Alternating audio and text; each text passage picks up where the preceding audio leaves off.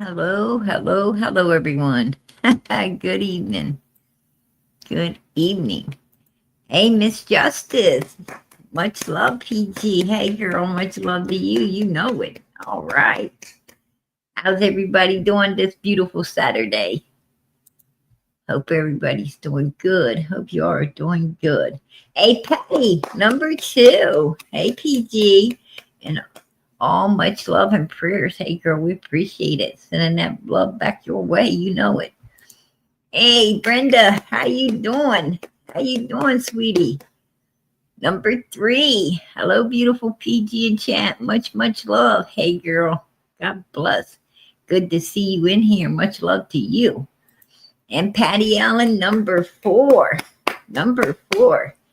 She said, Miss Justice, much love. Hey, girl, I ain't sending you no love. You didn't send me none. No, I'm kidding. Oh, yeah, you did. Up there. You know, you were number two. Why I'm thinking you're number four? You gotta excuse me. I had one too many brownies tonight. Hey, it's Anna. Anna's number four. I hope. I hope. Anna, I hope you are number four, girlfriend. You know, waving hands. Hello, hello, hello. I thought that you gotta excuse me tonight, you guys. I'm tired. I'm really tired. Like I said, I had too many brownies. That's what my real problem is. Hey, did anybody else see Jinkies last night? Put a one in the chat. Put a one in the chat. I'm gonna head down to the bottom. Hey Anna, how you doing? Stephanie, Ruby Maker, Ruby Rainmaker. I told you guys I gotta leave the brownies alone. I swear I do. It's too yeah, I gotta stop eating brownies before I come in here. Anyway, let me get on down through here. I'm having a rough start tonight. I'm having a rough start in here tonight. Mama Homestead, how you doing? Merry Reflections, good to see you. Let me just call out who who I can in here right now. Sue, how you doing? Seeking Truth, good to see you, sweetheart. There's Kathy, Mara, and Abigail. How you guys doing tonight? Good to see you. Oh, almost miss Susie Q. Don't want to miss you, girlfriend. There's Nurse Cindy. How you doing, beautiful? Absolutely beautiful. Purple hearts and prayers for summer. God bless. God bless, girl. I appreciate it. And yeah, I'm almost at the bottom. Let me see. There's there's Carly. How you doing, sweetie? Jenna, how you doing? Um and Renee, Sharon. All right. I'm down there. Nobody got to see it. Nobody got to see Jinkies last night. Nobody stopped by, saw her. Oh, I seen her. I seen her. She was having herself a few, right? She's having herself a few. Hey Robin, how you doing? Anyway, she said nope, LOL. Anyway, I seen it. I seen it. I wish I didn't. Right? I wish I didn't. But I did. And yeah, she was tipping them down, right? She was tipping them down on top of somebody said some type of, she's supposed to take some type of medication or something. I don't know. But, she was worried about it. And she asked us, the people, should she be, doing this? And I'm like, what? Are you kidding me? Right? I mean, don't you ask those questions before, not after? Shouldn't you, you know, like when a doctor prescribes something for you and, you like to have, a little wine or a little something, like, Harvey Wallbangers up against the wall, Mexican style, or Jello shots or whatever.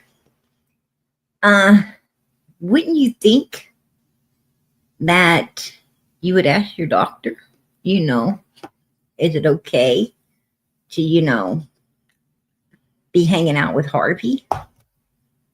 I don't know. I would think so. Yeah, I mean, she's over there asking after the fact, right? It was after the fact, and I'm like, and like, doesn't she have a son? I think she's got a son. Pretty sure she does.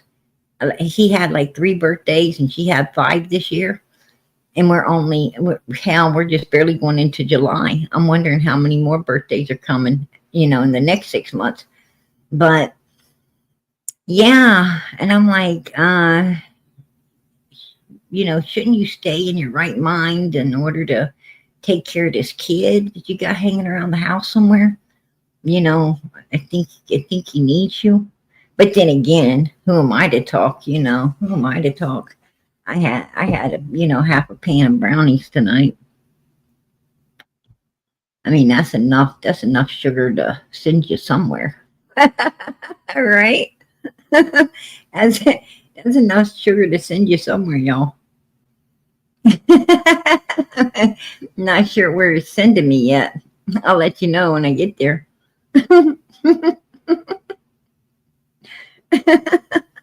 Just saying. But anyhow, yeah.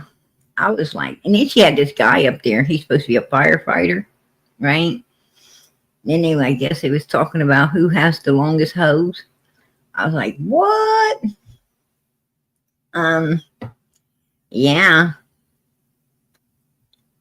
for real. I could say more, you guys, but I'm not. I'm not going to say no more because I get in trouble. I get myself in trouble when I talk. Right? I get myself in a lot of trouble. So anyway, I have to, I have to, I have to say what I got, what I'm not saying. I have to say what I'm not saying on a later date. Right? But yeah, it got quite interesting for a minute. I was like, whoa, ain't you supposed to be a role model out here for all the people right now, the way the world's going and all those things. I mean, wars and rumors of wars and all that stuff that's happening playing itself out in the revelations and, you know, possibility. Oh, did you guys hear um that, supposedly, there's supposed to be this contract being signed up, supposed to be some kind of contract signed up, a 7-year contract between Israel and I guess the people they're having issues with or whatever. Um, and I guess in between that 7 years, uh, I guess the other side's supposed to break this contract with Israel, and that's when I guess all hell's supposed to break loose, right? And the Lord's supposed to come but they said there's going to be during that time there's going to be like nobody can hardly get food. It's going to be that 7 years.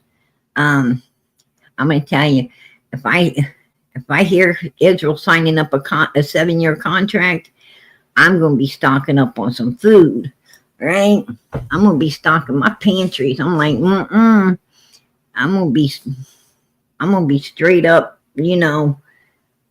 all that food you can get that that ain't gonna go nowhere for a long time. Yeah, I'll be buying a ton of that.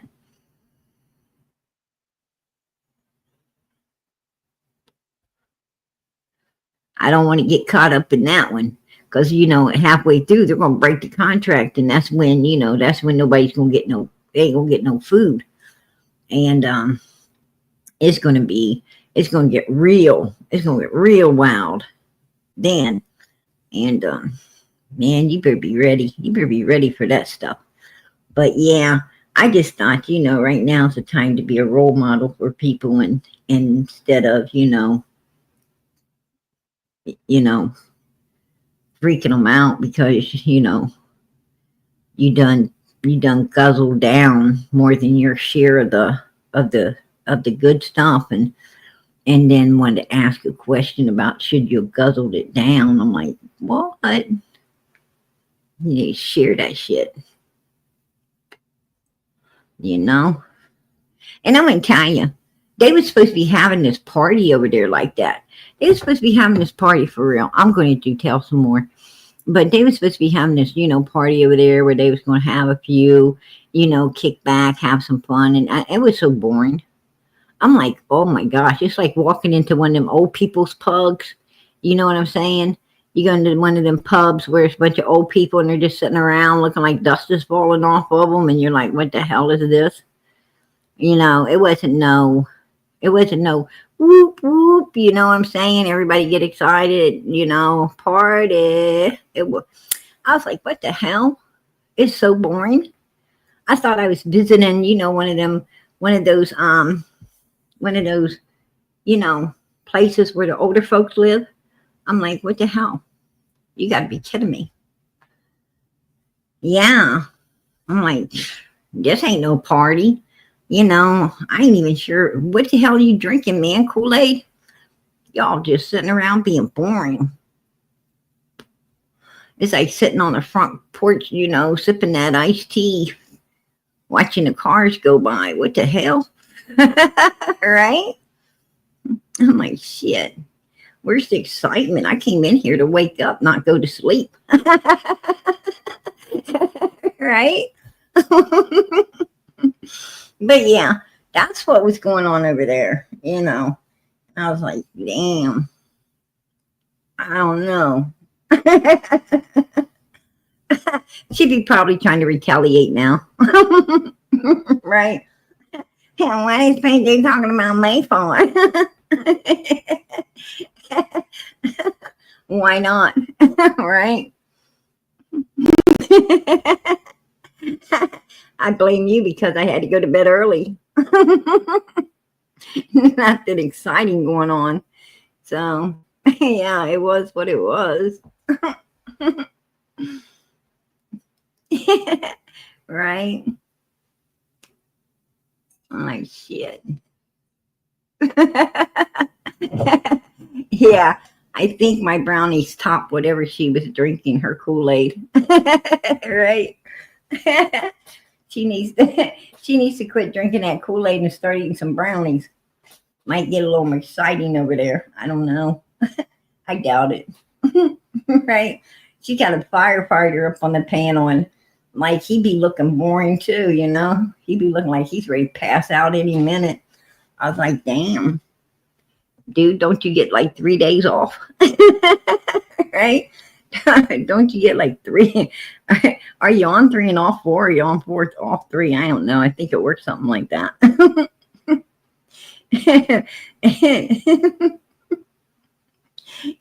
Right? I guess sliding down that pole wears him out.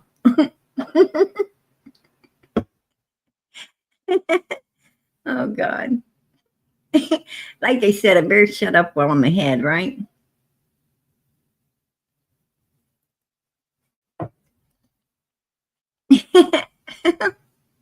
She said 2 off. Yeah, Candy, you saved yourself, girlfriend. I wish I would have too. She said, no, I don't want her. I'm regretting it.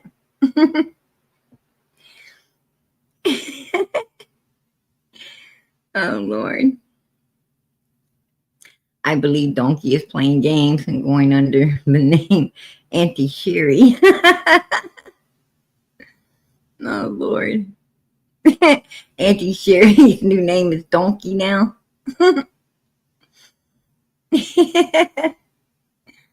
They cracked me up.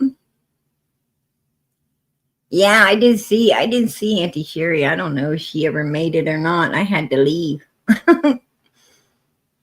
Yeah, I can't torture myself like that no more. That was enough. I thought it was going to be some excitement, and it was like boring. Anyway, yeah. And is there any more details out here on the YouTube streets? Actually, it's getting pretty quiet, right? It's getting pretty quiet out here. Yeah, like something to say ain't really got nothing to say anymore. Oh, Jinky's had Ernie on. Yeah, I seen that too. Um, she had Ernie up there and talking and everything, and then I noticed that Ernie brought up Cotton, right? They were talking about Summer's case and talking about a lot of things up there, and and how all these people are connected and so forth and so on. I guess kind of feeding off the live I did the night before, but that was good. That was good. Because I noticed Fred, he's stepping up, he's talking more, he's starting to, sit in and answer questions, and that's a real good thing. Um, yeah, there really is somebody named Auntie Sherry. There's Auntie Sherry. It is I. Um, but yeah. And anyway, Ernie was, asking about Cotton, right? And I was like, oh shit, you know, um, that's going to shut it down in a hurry. I was hoping it didn't, which kind of slid by. Um, thank goodness.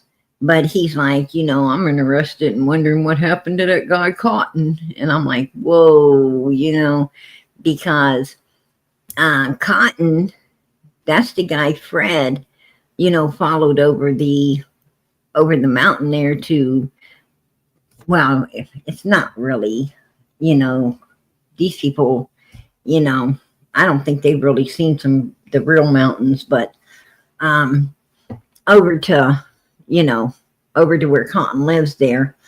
And Tennessee's beautiful. Absolutely beautiful. It is pretty. That's a pretty place. But anyway, yeah, it was Fred, and Fred says it was him. Oh, and I heard Fred um say that Cotton had no money when, you know, because because Ernie's like, I heard he had a lot of money on him. And Fred's like, he didn't have no money. Yeah, he did. And Fred told me personally that when Cotton came there, like Cotton was at his house like today, and then like in the morning, after being at Fred's house that evening, he was found the next morning by someone inside of that Laurel Run Park. Um, but Fred said that, the reason him and this guy followed Cotton back over there is because he had all that money on him, and he was worried about getting robbed or something. And Fred said that, Cotton was, at the place talking to him about getting in on buying, that they were thinking about buying a boat. And that, Cotton was wanting to chip in, go in on this boat that Fred and a couple other guys were supposed to, be talking about buying. And Fred said that, and he told Cotton that he didn't know because, he had these other guys already lined up and so forth and so on. And, but, Cotton was wanting to get in on this boat deal. And Cotton did have money. Cotton had quite a bit of money on him and quite a few cigarettes inside that vehicle too. And Fred said him and someone else, I would have to go back and see who he said, but he said him and someone else, followed Cotton over, to the other side. And once they got over there, and Cotton turned off, they turned around and went back supposedly to Fred's house. And, but I mean, my opinion, if I had to say what my opinion is and be honest, like straight up honest, don't get me wrong. I'm glad that Fred's out here. I'm glad that he's talking. I'm glad that he's, helping with Summer's case, or at least trying to help with Summer's case and stuff to answer, what questions people have. But when it comes to Cotton, in my opinion, you,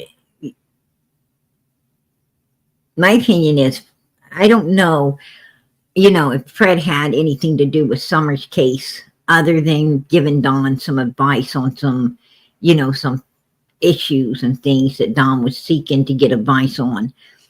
I do think he kind of helped Don out there, especially with, shaving Summer's head, because Laura's daughter, Fred and Laura's daughter, had just had a case with, protective services at that time that, did take hair samples and everything from the kids, and the kids were removed and everything. And, and I think that, some of the advice about cutting all of Summer's hair off came from Fred. That's my opinion. I'll keep it, but that's my opinion. I think things like that was a hand from Fred. As far as driving, Candace's car because of Starlink, I think that came from Andy. But where Cotton's case is concerned, I truly believe that, if Fred followed Cotton after he left, then I truly believe Fred was, it's my opinion, Fred was the one who, left him in the park, to be honest with you. That's my opinion. I could be wrong. But I don't think so. That's, that's my opinion. Why the hell Cotton's a grown-ass man, a grown-ass man. He ain't gonna ask someone to follow him home. He ain't gonna ask somebody to follow him home when he's in a vehicle driving. He can keep the doors locked, the windows up. He ain't gonna be afraid of going home in his vehicle. It ain't like, he was walking and they was driving beside him, right? They didn't have to give him a lift home, because he was going to walk. He was in his own vehicle, right? Heading back over that way. I don't know. Somebody might have been driving, to be honest with you. Someone could have been driving Cotton's vehicle back that way with Cotton in it. I don't know. I don't even know if Cotton was coherent or whatever. He could have been like, not even coherent. They could, I can't think of why, someone, if he was driving, if he was, sober enough to drive back over that way, I don't think he would have had Fred and them following him, right? He came all the way to Fred's house without anyone following him. I don't think he's going to be worried about going home with someone following him as well. Just my opinion, Put a 1 in the chat if you agree. And Fred did say he followed this guy. But Ernie did ask about it, and I was like, and then when I heard Fred say, he didn't have no money, I was like, what? Because you told me that he was there. Yes, he did. And you told me he was, wanting to go in on that boat and everything. And then you took it back when you were talking to Ernie. You took it back. So, and I'm like, hell, I got recording. I got a recording of him saying it, and I'm like, whoa, this ain't right. That's what I'm saying about Ben Hill Road, because, these people, they're like, say one thing today, something else not tomorrow, and something else next week and next month. And and they act like it's all okay. It's all okay. Like nobody's documenting all this different bullshit that they're saying. And, And Cotton also told his family members that, that Fred supposedly, had Summers, you know, some real gruesome stuff, to his family. And then his sister came out saying that, she went to one of the residents, that Fred had access to up there on Ben Hill Road and found, a muddy bathroom with a child's t-shirt, some kind of little girl shirt, all mangled up in the mud. And, in the bathroom. This happened to all be in a bathroom. And, and from between what the sister said and then what Cotton said, it kind of was making some sense. It was kind of making sense. I don't know. I have no idea. That's just really super weird. I don't know. But, you also had Jody Sue talking about that cemetery over there having a lift gate, like a lift gate on, and I know what she's talking about, on one of those grave sites inside of there. Some kind of metal gate type thing you could pull up and shut back down. Some cemeteries, I have seen cemeteries where, that they do have that. And it's by the tombstone. It's, it's by sometimes it'll be up the top of the tombstone. Sometimes it'll be at the bottom. It's basically sometimes also it's where, they can put like somebody's, like if another loved one has been cremated or something, and, they make this thing, something like that, holding the ashes. Do you know what I'm talking about? Put a 1 in the chat if you know what I'm talking about. It's like a big metal, great looking thing. And it basically holds, ashes to other loved ones down in it, type thing. Yeah, I mean, I've seen them before. And anyhow, I didn't know about the Discord. When Chad Arnold was stocking people up there, and that's my opinion. It was Chad Arnold stocking us up.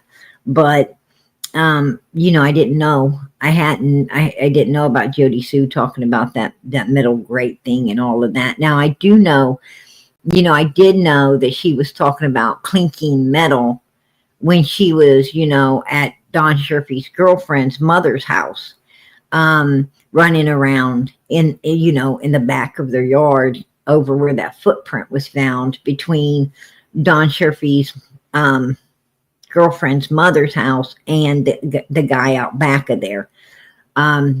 That's where the footprint was found. That's where Jody Sue was out there running all over the place too. When they chased her off, they said it was calling law enforcement, and they did, and she ran off. And she was, talking to them, saying, she heard clinking metal, and she was just looking for metal, and like talking kind of out of her head type stuff. And they told her, to get off the property. They didn't want her on that property because, all of these people was worried that they were going to have something planted to make it look like, they were going to be, sabotaged, kind of like on Dudley was, right? Like Dudley, that they was going to be, sabotaged like that and blamed for something they didn't do, so they didn't want any of those people, the Wells or any of the people hanging around with the Wells coming upon their property with this little girl missing, because they were scared that something could be planted on their property that would, lead law enforcement to believe in a lie and, being damned. And they didn't want to take no risk. So they asked her to leave, right? And, that's the only clinking metal I knew about, at the time that, that Tim Timothy Morrison's grave was being looked into, or else, you know, that that particular metal grate would have been, you know, also looked for that day as well, to see, you know, if any of the graves had anything like that attached to them. But you know, where you could actually lift it up and put someone as in holding for a time. Because, you know, if what Fred's sisters say, and what, you know, Cotton was saying was true, then they would have had to had somewhere where they could, you know, where they could have gotten access to her again. You know, because there's only one reason, you know, you would bring something muddy into the bathroom, and, you know, there's only one reason you would do that. Only, you know, one reason you would bring a muddy child into the bathroom is to, you know, use the tub to, you know, use the bathtub to, you know, do something very, very gruesome in order to dispose, you know, to dispose of it. You know, and from what Cotton said, there's something very gruesome in a box. So, you know, I don't know. You know, I didn't know Cotton. That's one person, you know, I didn't have a pleasure of talking with.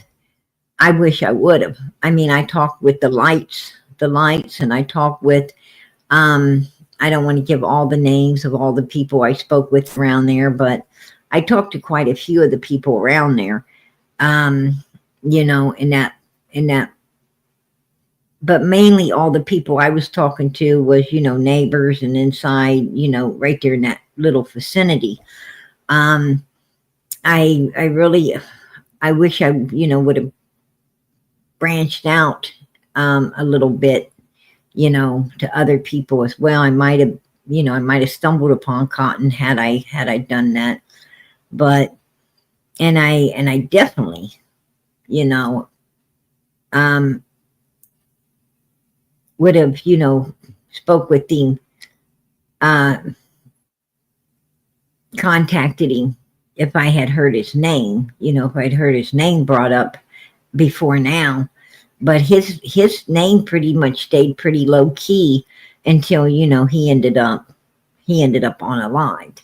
And that's when, you know, his name actually, you know, it's kind of like an artist, right? Like an artist.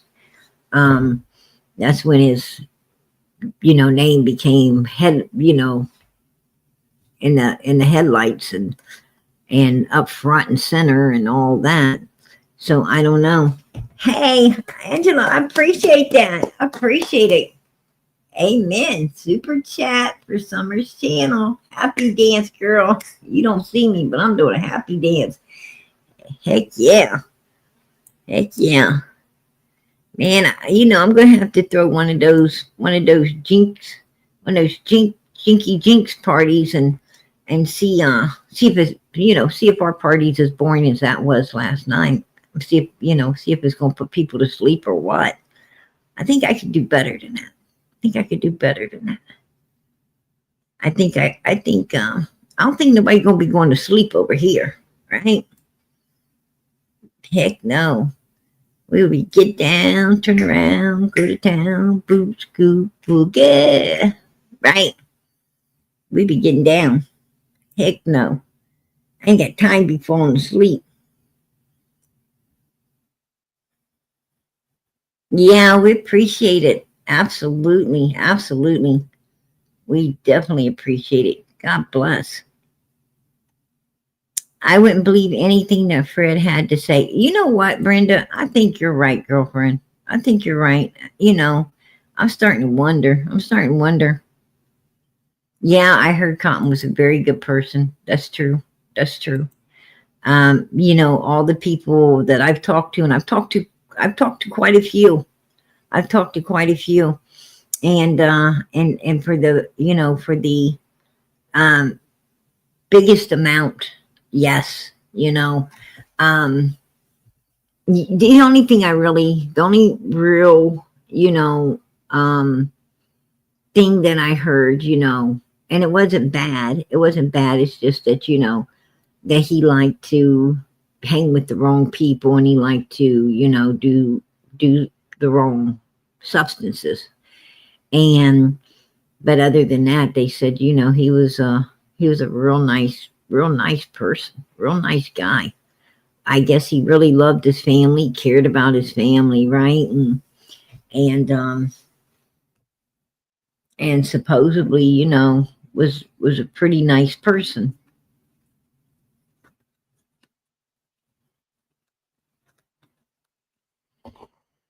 I know Cotton wasn't at Don Wells on the 15th. Cotton was Simpson was not at Don and Candace's house on no 15th. There's no truth to that. Don and Candace wasn't home. They weren't home for Cotton to be there.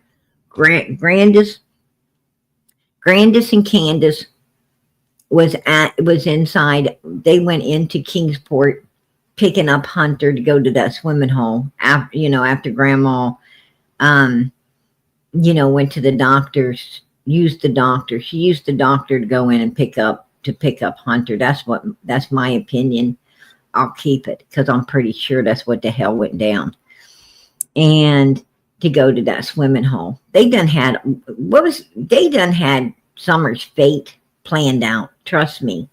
Summer's fate was planned out long before June 15th, 2021. Summer's fate was planned out that, before they started cutting all of her hair off.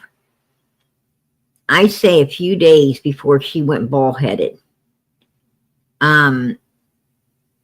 They had already planned, already started plotting and planning her fate for June 15th, 2021. I mean, it was in motion, baby. And there was a reason. There was a reason they put it in motion. Don Wells was, paranoid. He was a paranoid person. He was suffering from paranoia, and that's the truth. And a lot of people, criminals do. A lot of criminals are very paranoid. They suffer from, that shit. I mean, I think we all know people. You guys know what I'm talking about, right? You know what I'm talking about. Shit, I hope I ain't talking about none of you. But, I think we've all met those people. I think we've all been in a vehicle with those people that, oh shit, there's a cop behind us.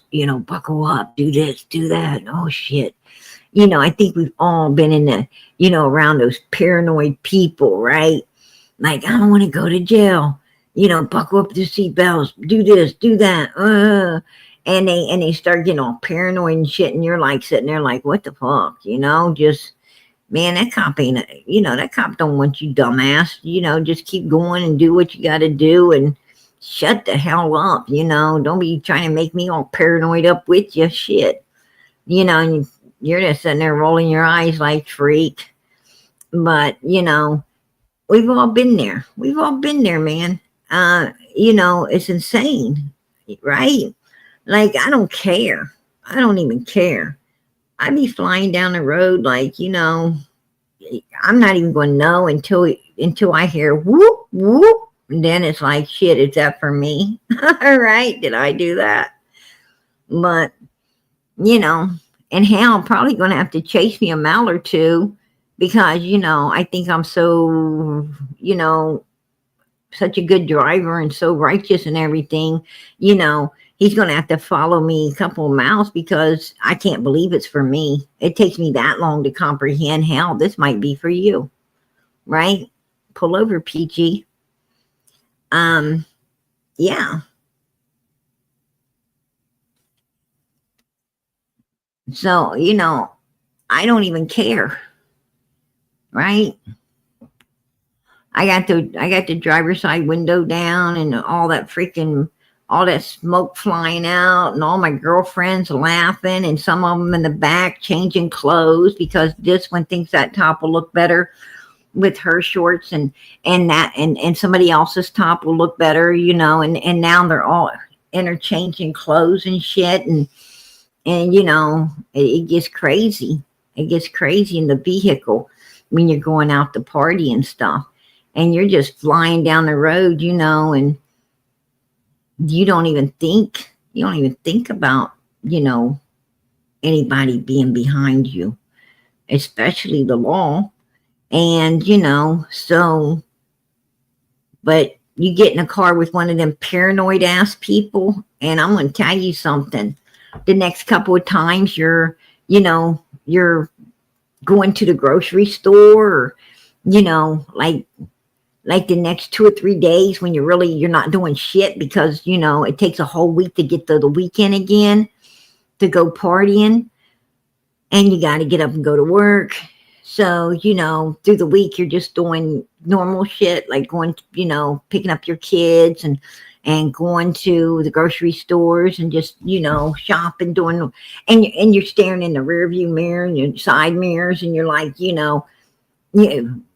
looking to see if you could see. And it's like, man, you gotta smack yourself out of that shit, right? Like, oh my gosh, this person's making me paranoid.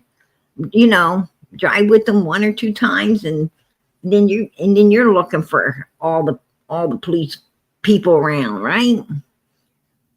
It's like, okay, slow down, do this, do that, make sure you do your turn signals, do all the good things, everybody buckle up. Yeah. I'm like, wow, you know, but people get paranoid, man. They get paranoid.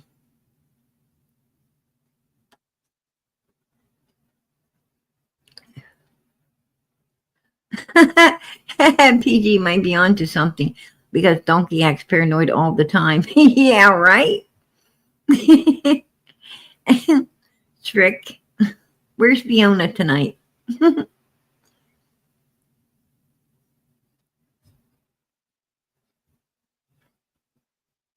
Yeah, they do get on your nerves. I'm telling you now. It's like, whoa, whoa, sometimes though you get stuck in a vehicle with these kind of people. You trust me. You get stuck in a vehicle with them. I don't fucking remember why I was stuck in a vehicle with a couple of them, but I was. Um, I think I think one of them was my boyfriend's buddy that um they come and picked me up somewhere. They come and picked me up, I think at a girlfriend's house or something. And I had to ride with them. And I want to tell you something. I was like, I was about to tell my boyfriend, you need to pull over and, you need to pull over, let that motherfucker walk for real. I mean, I hate to say it, but I'm going to tell you, and I was sitting in the back seat when I was sitting in the back seat when that particular time I was sitting in the back seat watching all this shit go down and I'm gonna tell you, I promise you, I was starting to feel like a trunk monkey, right? I was starting to feel like a trunk monkey. I was wanting to go up front and get this guy, like shut up. I don't even want to hear it.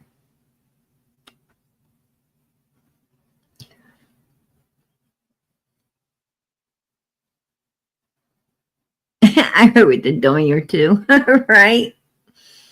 I'm telling you, it's no fun. It's no fun, you guys. Um, it's a lot more fun when you're flying down the freeway with people that like to roll down the windows and stand up through the sunroof Yeah, I mean, those are my kind of people. That's my kind of people right there. You know, hanging their feet out and their hands out and their half their body out if they see a real good looking trucker. You know, those are the people I like to hang with. Right? The one I had a girlfriend. I had a girlfriend. I promise you, we were going down the freeway. This is straight up. We was going down the freeway, and she saw this good, and he was good looking. I'm not gonna lie, he was. And here she goes. You know, she flies out half of her body out the window. You know, to get a real good look at him. And next thing I know, you know that big truck horn. You know how they pull on it. She said she got back in. She got back in the car, sit down, was like, "Shit, I'm not gonna be hearing for a week." Yeah, he done a number on her. She done a number on her eardrum. I was rolling.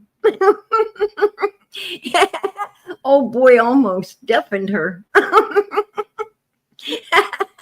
had to teach her to hang out the window, right? Man, he blasted that thing in the side of her head. I was rolling. I promise you, I almost had to pull over on that one. I almost had to pull over. I was laughing so much, I didn't know if I could keep driving. That was hilarious. Had some funny shit, man.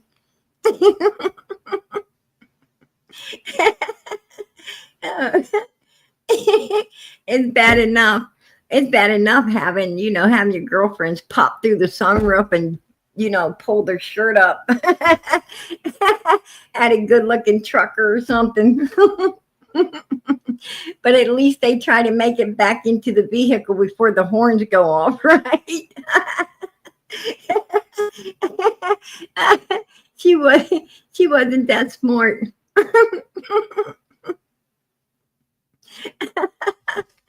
Oh shoot. That's some funny stuff, you guys. Anyway, I gotta get back. I gotta get back to cotton. Right? I gotta get back to cotton. And Fred following him. Right? And Fred following him. Anyway, I know Ernie was asking about him. Right? I knew if Ernie was laughing. I can't stop laughing. I know Ernie was asking, and man, I tell you, when I heard Ernie say, what about this Cotton guy? I want to know about Cotton. I tell you what, man, I was like, oh shit. Right? Yeah, what happened to Cotton? Yeah, I tell you what happened to Cotton, Fred, and whoever else. Either somebody drove Cotton's car over there, or they followed Cotton's car over there, or something. It all had to do with Fred, right? It all had to do with Fred, and I think that might be why Cotton's no longer here to answer no questions, about Summer's case, if you ask me. But I don't think what Cotton knew.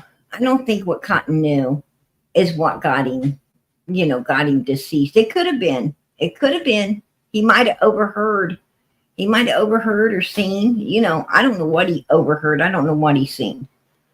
I know he was hanging at Fred's a lot. And Laura said that Cotton became a bugaboo after that little girl went missing. She said, PG, after that little girl went missing, Cotton started to become a bugaboo. Not for me, for Fred. That's exactly what she said. She said he didn't become a bugaboo for her. He became a bugaboo for Fred. And then the next thing I know, Cotton's gone. So that's what Laura said. That's what Laura said. That ain't my words. That's Laura's words. So, and Laura also was like, adamant, very adamant, if Fred was to share that particular secret with Ziggy, he would end up in prison.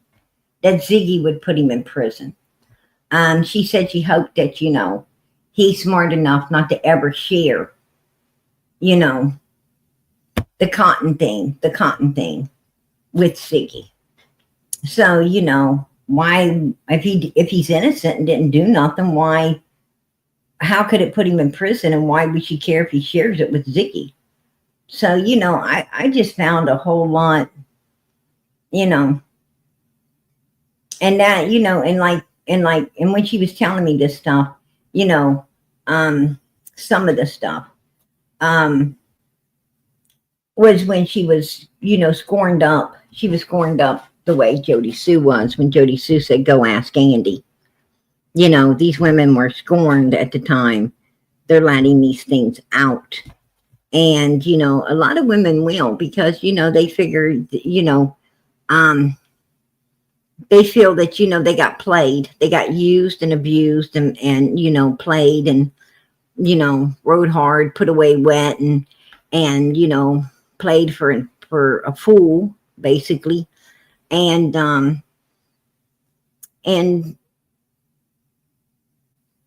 now this person thinks they're going to be with somebody else. Well, these women think, maybe I'll just put them in, I'll just give enough out to put them in prison, and they won't, they ain't going to be with me. They ain't going to be with nobody.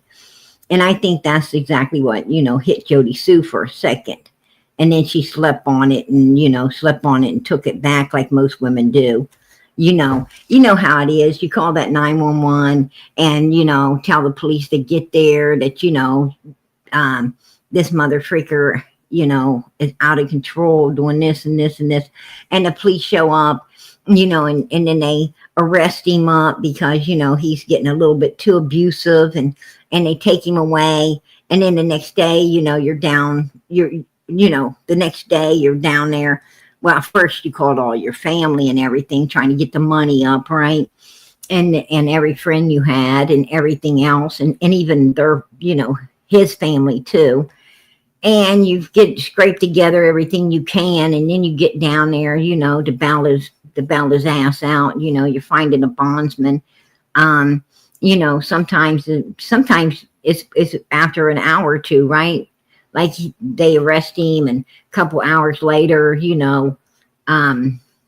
you kind of get over the anger and everything, and now it's 2 or 3 o'clock in the morning, and you're waking up everybody to get some money to go bail them out, and so forth and so on.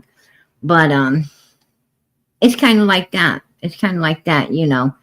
And I think that's what happened to Jody Sue. That's what happened to Laura. I think after they kind of, bitched it out to you and everything, they kind of got over it, and then it didn't do the law no good, because now they're trying to renege on it. And but is it the truth? I think so. I think it's very much the truth what they said, because they said it in a time of anger and hurt and just totally pissed the hell off, right? And ready to give it all out, and they do. And then they, like I said, they pull it back, like a lot of women, go bail this man out after, when they shouldn't, but they do. That love will get you, right? That damn love will get you. What's up, Solo? Piss the hell off, right? And you got me feeding back in my. They do. I'm feeding back because you didn't click out of YouTube. You didn't click out of YouTube, Solo Cup.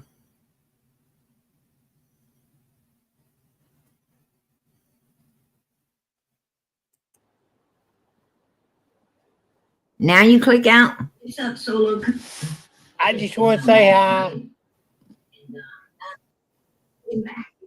Oh, I'm sorry. I'm sorry. You didn't click out of you.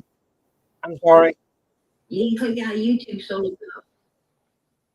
How about now? Yeah, that's better. Hold on a second. Little PG's little girl, yours. How you doing? I'm doing good. How about yourself? Let me cook it.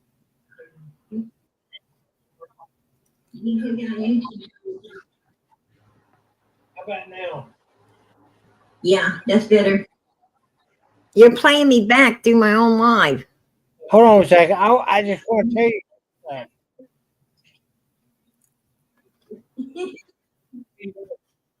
I'm doing good. How about yourself?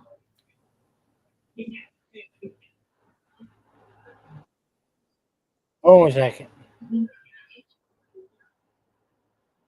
I truly wanted to talk to you. I don't want to mess this up. You're playing me back through my own.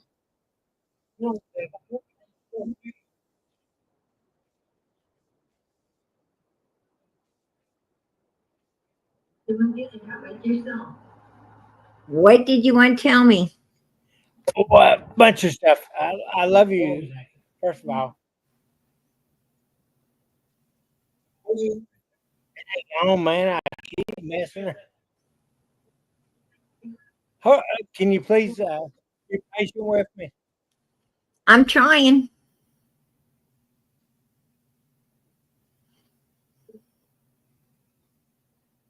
What did you want to tell me? Just turn the TV down. That's what I'm trying to do.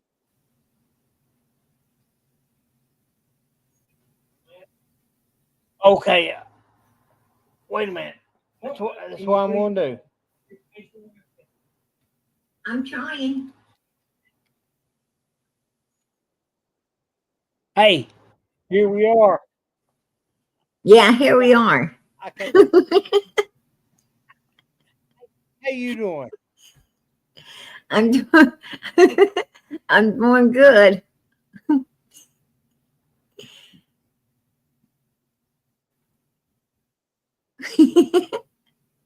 It kind of reminds me of the song "Turn the Lights Down Low." Listen to the music on the radio. What's up, Solo Cup? What do you want? I was just saying. Well, I got some important stuff. Tell me it. Tell me it. Do tell. Do tell. You know what's very important? Well, if it's real important, I love you a long time. Come on. You are the beautiful woman I ever seen in my life. Come on. What you got? No, that's what I got. I said I think you're a lovely woman. I love you. I love you too. I love you too, Solo Cup. So Well, what's up? I'm an idiot. I'm a drunk. Well, I don't want to talk about that. You said you got something important. You see something? Yeah, Anything yeah. to do with Summer's case? Nah. Well, maybe run Kingsport. Yeah. What did you see? Okie dokie. They said that they got some stuff around. The around um. What it's hard for me to say and stuff. A cop friend. Okay, I live on a street up in East Kingsport. Right. Okay, so I've got I a cop that's lived on my street. I don't want to say my street, but he's lived there for a while. But he went through the FBI academy and stuff. Mm-hmm. But his wife talks a little bit. Okay, she said that there's some stuff moving on the Summer Wells case, but she didn't tell me what. So I don't know what to tell. It's the But, cemetery. It's but the she said cemetery. what? It's the cemetery. Morrison Cemetery. You think it is? No, Uh, I think yeah, I don't know about, absolutely. but she said Absolutely. something's happening. Yeah, I don't well, know. they're trying to get clarification. They're trying to get clarification to go in and check that grave. Boy, I don't know nothing about They're that. wanting they're wanting to go in. They're wanting to go in and check to see if Summers possibly, you know, been put into a gentleman's gravesite there. Okay. Well, anyway, the cop just lives. I mean, not cop. Cop. It's like 2 streets. I mean, 2 houses down from me. Right? On that. Hang on. I don't want. I don't want to tell where I live. Yeah, don't do that. I live in East Kingsport, Mm-hmm. near the fire department. But uh, uh I got that cop that lives near me, but he's going through the FBI academy now and stuff.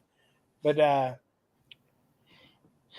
his wife, girlfriend, whatever, says that there's some movement coming up. And anyway, I just I think I know a little bit more too about that. Man, I shouldn't say nothing, but Yes, you should. it's like a man. I wish I don't know if I should say it. It's like a Jesus Christ. Okay, the day before the 15th, uh, what she's saying. This is what she's saying. Uh, Dang man, I shouldn't say that. I don't want to get her in trouble. I don't want to get me. You're like all talk, no action. Come on. No, man. I'm just telling you. Um, it's like the day before all this happened. The 14th. It's like Right. what she told me. What her boyfriend is saying. Who is Detective. FBI guy. He's now Right.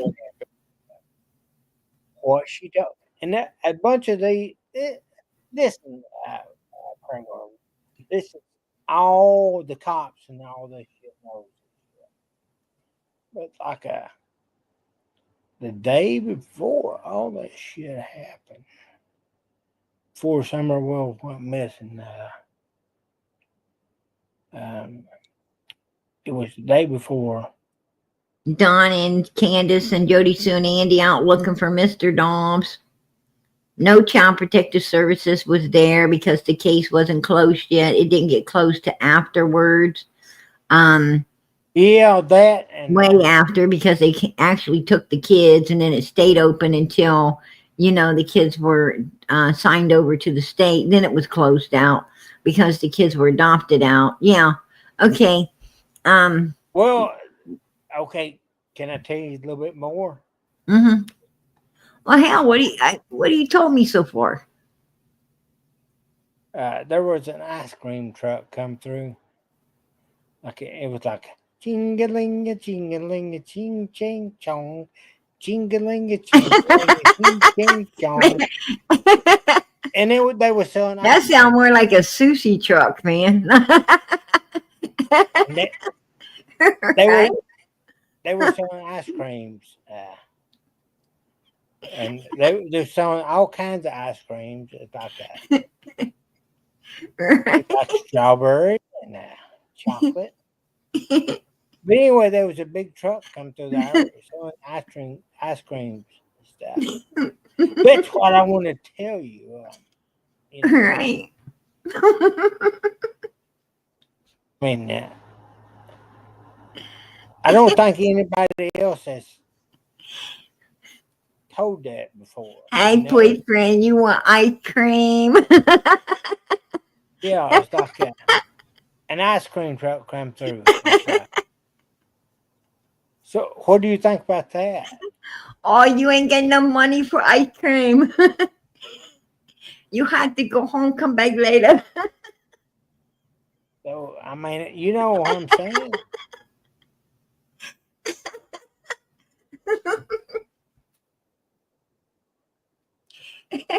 I mean, really.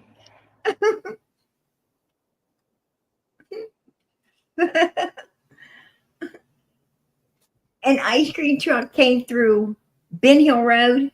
Yeah, Ben Hill Road. You know, it's a pretty notorious place like that.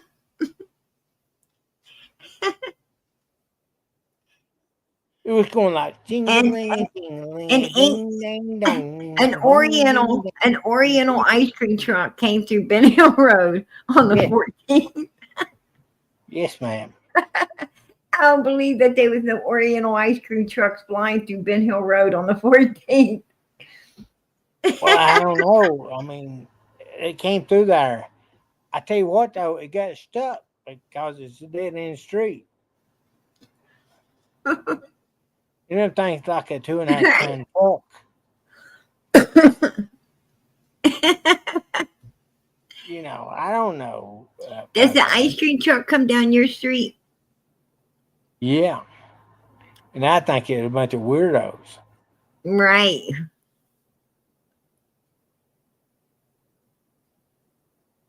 And that's what you heard from the detective's girlfriend. Yes, but she's very reliable. Okay. Yeah. Well, right up Ben Hill Road and stuff.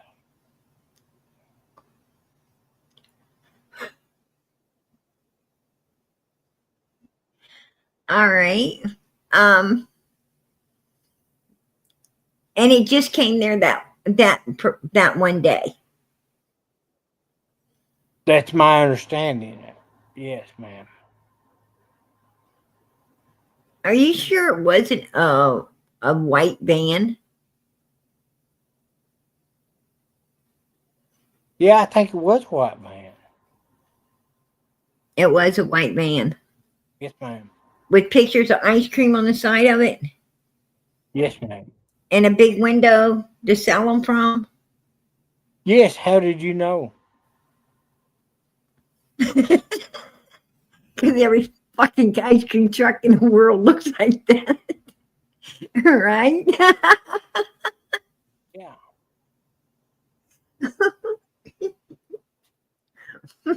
Anyway, it went up Ben Hill Road and got stuck because it was dead end street. It hit a tree, No, it was dead end street, and it tried to turn around and stuff, and it couldn't turn around. and the police had to come and help it turn around. No, that was that day, uh, but I don't know if the police helped turn around or what. That's what I've been told. And this was on the 14th when Mr. Dobbs was up there. Yes.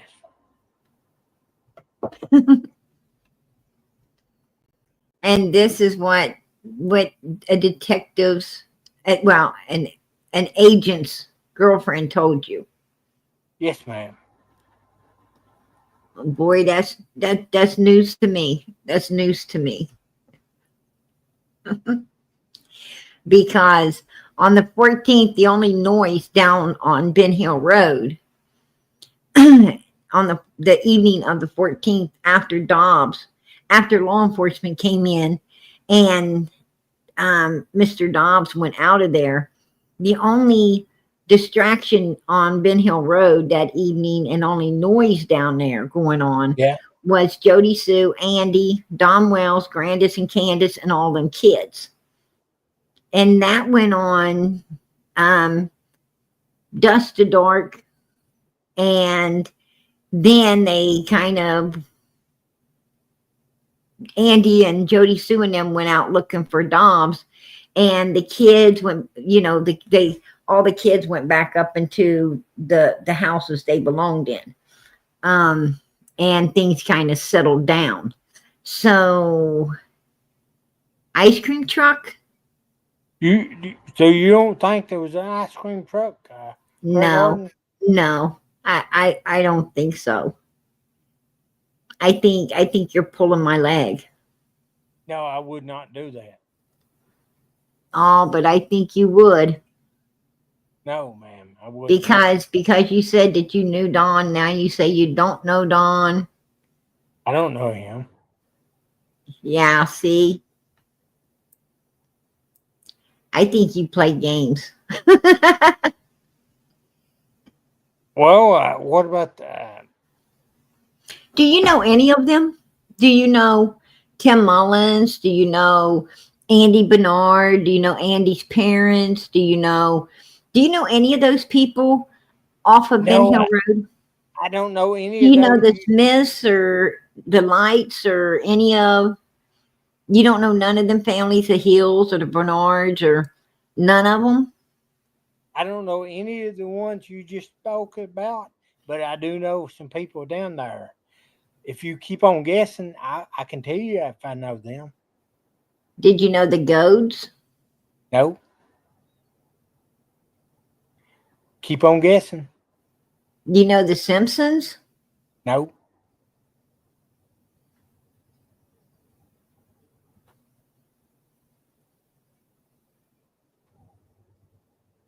can you keep going? Crawfords? No,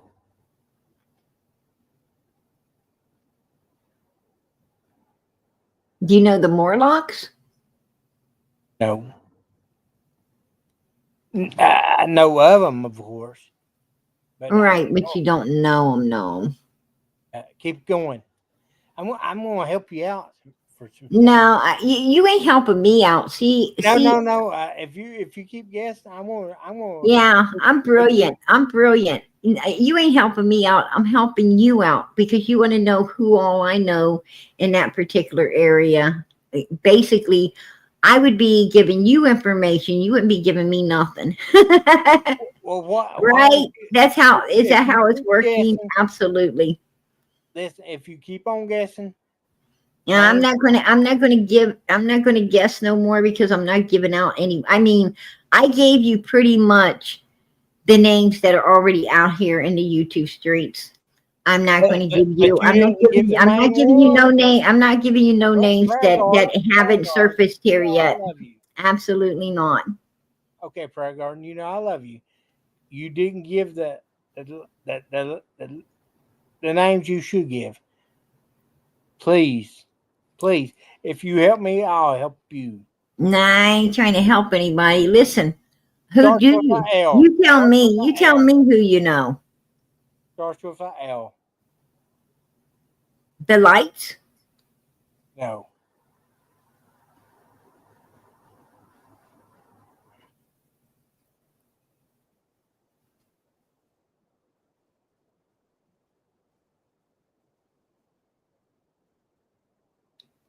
So enlighten me. Who? Starts with a L. Luigi?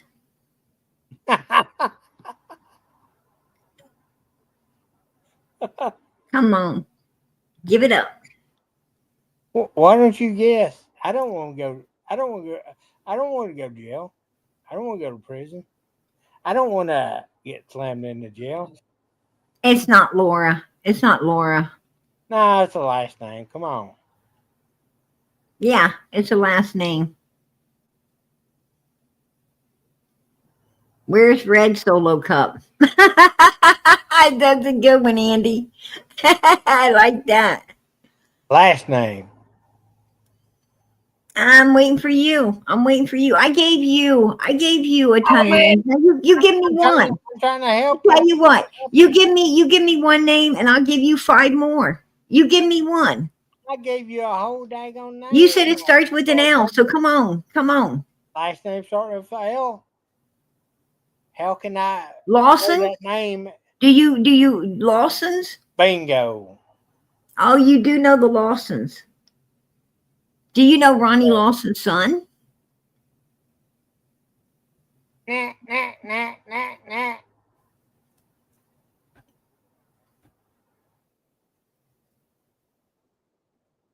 Do you know Ronnie personally? Nah, Is that a yes or no? nah, Is that no? nah.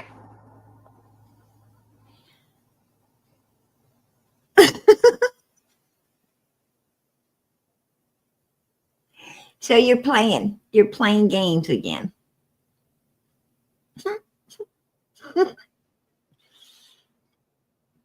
You look like you're gonna fall asleep on me, dude. You look like you look like you ate my brownies. I've got like 5 more beers to drink. Can you talk to me? Hey man, I'll come over and drink 2.5 of them if you give me some names and some straight answers. I gave you some names. You said I asked you, Lawson. You said nah. Yeah, what the fuck is that? You ask questions, I give Am I answers. going to have to get you one of those? What is it called? No. Well, healthcare check things. Look like you're starting to You tick. ask questions, I'll give you answers. Nah and nah. So why don't you ask questions? Okay. So one nah is means yes, and 2 of them mean no. Maybe. Man, you gotta tell me which way it is. I don't want to be incriminated for nothing. So knowing Ronnie Lawson, how's that going to incriminate you? How's it going to incriminate you knowing law enforcement? Ain't you an innocent man? Why don't we just do this? I thought you were a hardworking, innocent boss. Hey, who's been drywalling behind your head? That looks like some of Don Wells' work behind your head right there. Nah, I'm a carpenter. Who's been drywalling there? Nah. I can see that mud. Looks pretty slick. It looks like his job too. That looks like a Don Wells job right behind your head for real. For realsy. Look at that. That looks like the shit he does, because you see how that's offline right there? That's exactly the way he does it too. He's always fucking offline. He can't never get a straight line. Why are you turning the camera? I need to see you. I need to see that wall, dude. No, I'm just showing you all that's freshly drywalled back there. I'm just showing you all of it. Yeah.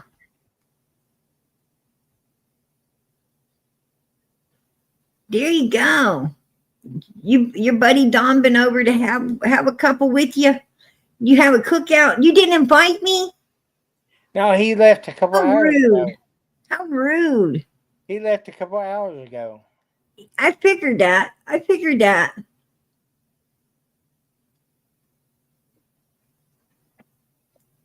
So anyway, ask me some questions. I'll give you some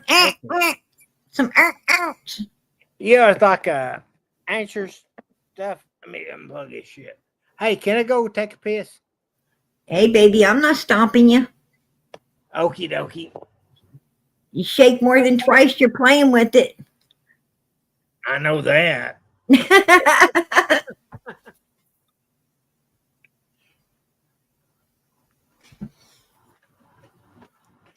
We'll be right back after the piss break. All right. We'll all be back after the pee-pee break. Right, y'all? I'm going to tell you. I don't know. I can't do the shit. This ain't fucking Charlie Brown, right? He's starting to sound like Charlie Brown's teacher. I can't do that stuff. Absolutely not. Right? Anyway, listen. The reason I came in here, it's hard to get back on track when you got off. I mean, this dude's got an ice cream truck going. He's got like Charlie Brown teacher thing going on. Like he wants to know the Lawsons, and then all of a sudden it's I don't even know, but whatever. He's shaking more than twice. I think he is too. That's why I booted him. Because that's probably going to be a while, right? He's all worked up. He's all worked up now. He already had Dawn over for the night, right? Looked like it too. I swear that looked like some of his drywall work behind that dude's head, straight up. And I find it weird that this guy's always showing up, right? He's always showing up. Um, when you got something, something important going with Summer Wells case. Um, just saying.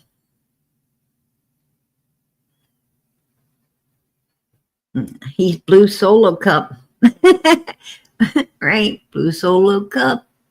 Please fill me up in the morning.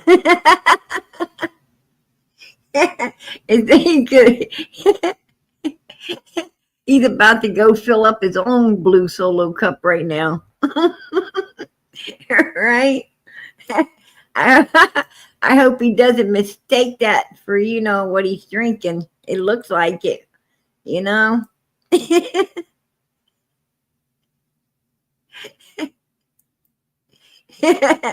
Yeah. Here, Donnie boy, have one, right? this this blue solo cup's for you, right? Me play joke. That's what Don's gonna hear me play joke. Oriental ice cream truck. I mean, I might start up that business in Tennessee, right? An Oriental ice cream truck.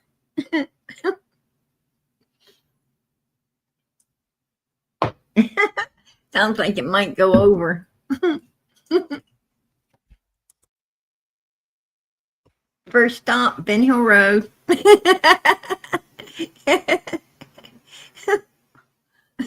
I need this guy back. I need this guy back.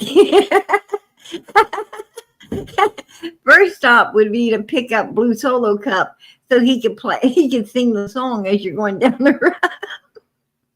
You have to, you have to pick up Solo Cup first and have him singing the song as you go down the road.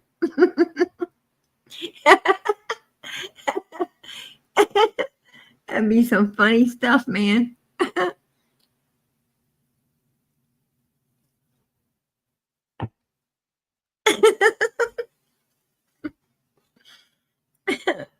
Oh shit!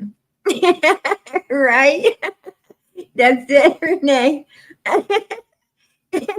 He filling up that Solo Cup for Dawn. He didn't do a good job on the drywall, and I had to point it out.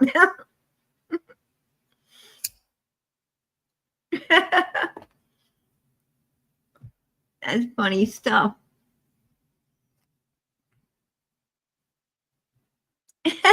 Right?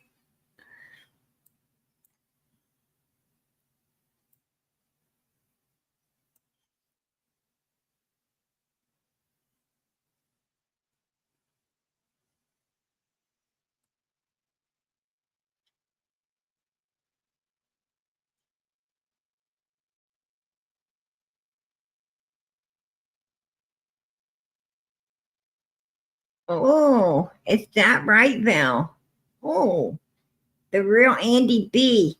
You do too know Ronnie's son's name. Jody says you were on the boat the night they were drinking and someone got hurt. Whoa. Oh my goodness. And he come back, he says, Val, that's bullshit. Mm, yeah.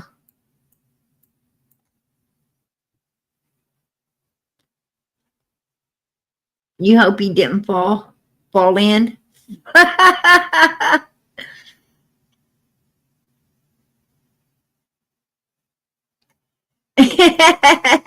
John straight out of the milk jug and Candace's red solo cup, right? All of these people down there going by code names.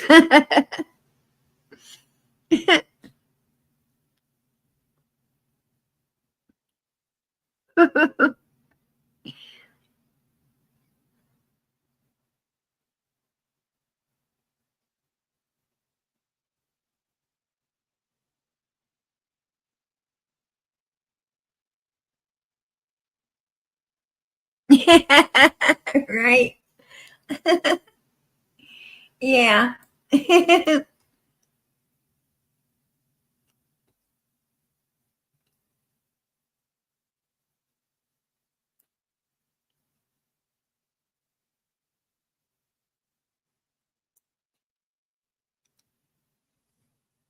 I don't know if Andy. I don't know if Andy will ever tell. I think Andy's, trying to get Summer found over there under that particular grave site.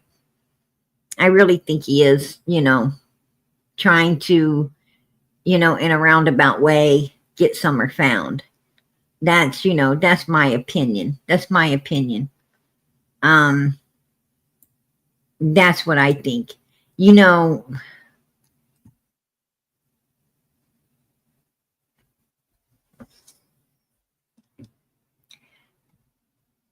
here's Jody Sue.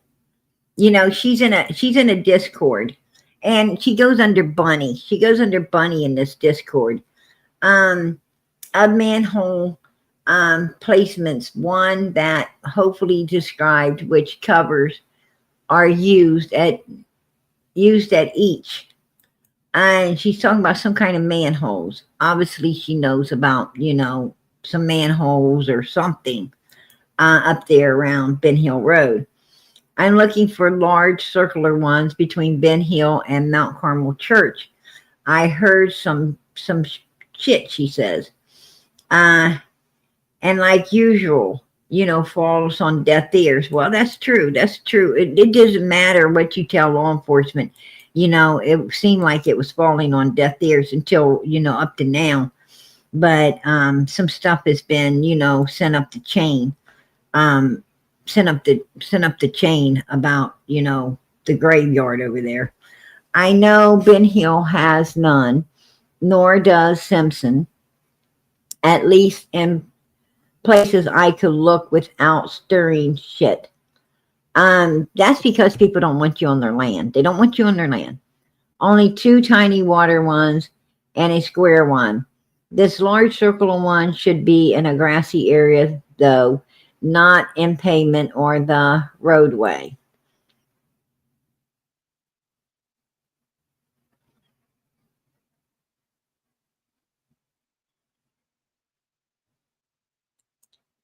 It was being messed with and left in the night after Summer vanished.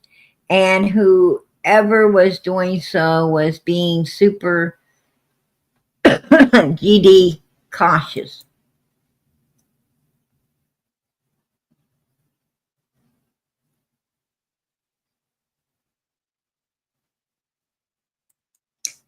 Um, there was a freshly dug grave right there. There was a freshly dug grave. It was filled in, and the service held the morning after Summer vanished, uh, across from the houses. Now she's talking about Timothy Morson's grave, which it wasn't the day after Summer went missing.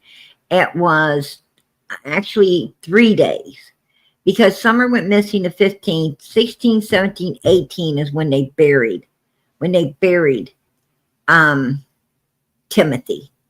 He died on the 11th. They buried him on the 18th, and they dug that grave somewhere in between that time, which Jody Sue says the day after Summer went missing allows me to believe that the grave was already dug. That is already, was dug at the time. Um, Summer, and like Andy said, he heard that the best time to get rid of someone is when there's an open grave, because you can put them down in there. And like he said, that grave wouldn't be checked or anything, because they knew the grave diggers. Everybody knows everybody down in there. All the law, they know the law. They know. I mean, these people are all family. They're all related somehow.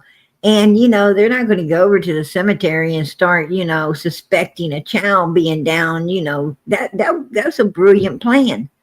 That was that absolutely brilliant. I mean, I'm going to have to keep that one. I'm going to have to keep that one, in my old thinker, right? I'm going to have to keep that in my old thinker. Absolutely. I got to file that one away. Yeah, that's something most people wouldn't think about. That's true. Absolutely true. He says, Val, that's BS. I don't know Ronnie's son.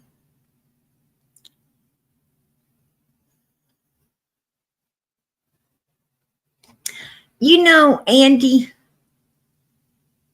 like you said, since you're in here, um, I'd like to ask you, you know, you said that, they know the grave diggers, they know, all this stuff. Um,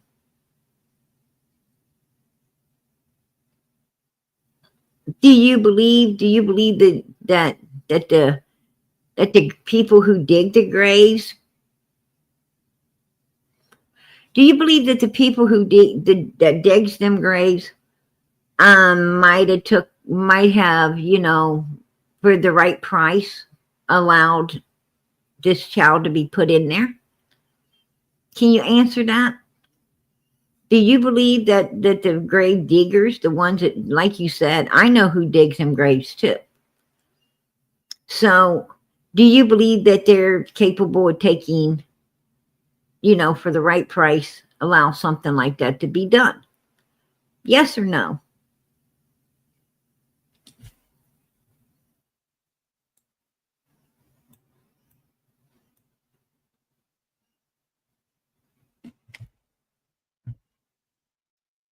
No, I don't think so. Then how would Summer get in there? How would somebody get in there? Let me ask you this question, Andy. Did you know about Chad Arnold being one of the grave diggers? Did you know about Chad Arnold helping to dig the graves at certain times?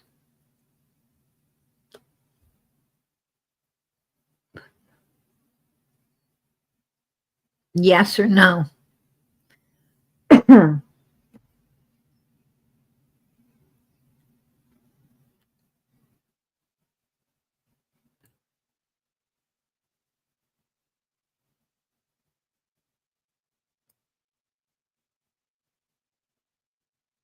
There's not guarded all the time. Well, I know that they're not guarded all the time. Matter of fact, it's pretty much not guarded anytime. I know. I didn't know he helped. Did you know that the Morlocks dig graves?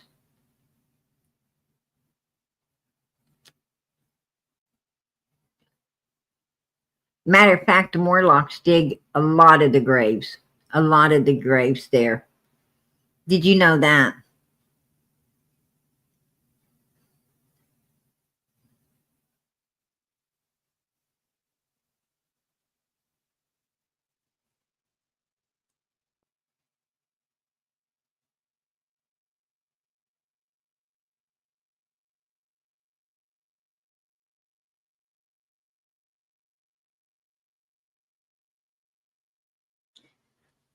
I'm waiting on Andy to answer my question if he knows the Morlocks dig most of the graves around there. Yeah, yeah, you do.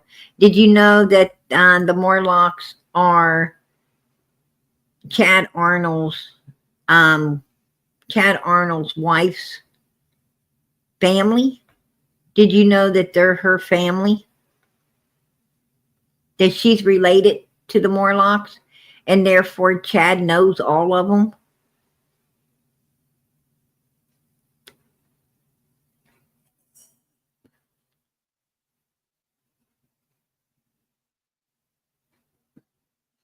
Are you talking about the uncle? Are you talking about the uncle and Wayne's brother? It's Wayne Morlock's uncle and his brother who dig most of those graves. Everyone's related to the Morlocks. So Chad would have known that grave was dug, being related to the Morlocks who dig all the graves around there, right?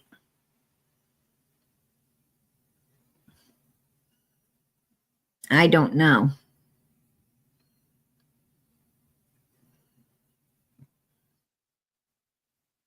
You've never been around Wayne.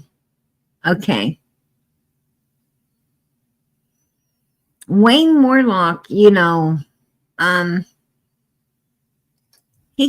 comes off as a pretty nice guy. I mean, he comes off as a pretty nice guy. I called him up. He seems like a pretty nice guy. I won't, I won't talk any further than that, but he seems like a decent person. I mean, I know people say, that he's dangerous and he does all this stuff, but he seems pretty level-headed to me. Pretty level-headed. I mean, he didn't seem like, he had any type of impairments when it comes to, talking and thinking. Just saying, that's my opinion.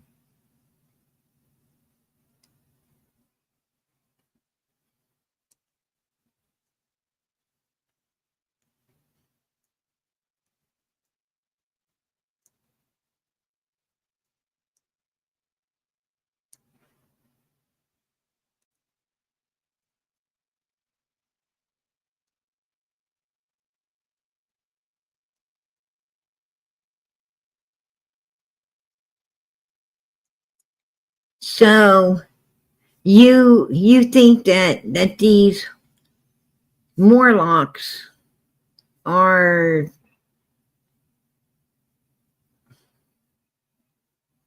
pretty trustworthy people. Is that what you're saying, Andy? Is that what you're telling me? Is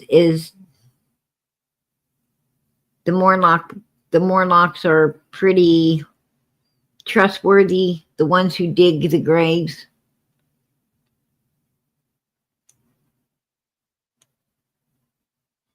Because I know a little bit about, their history and their background too. And I don't share the same sentiments with you.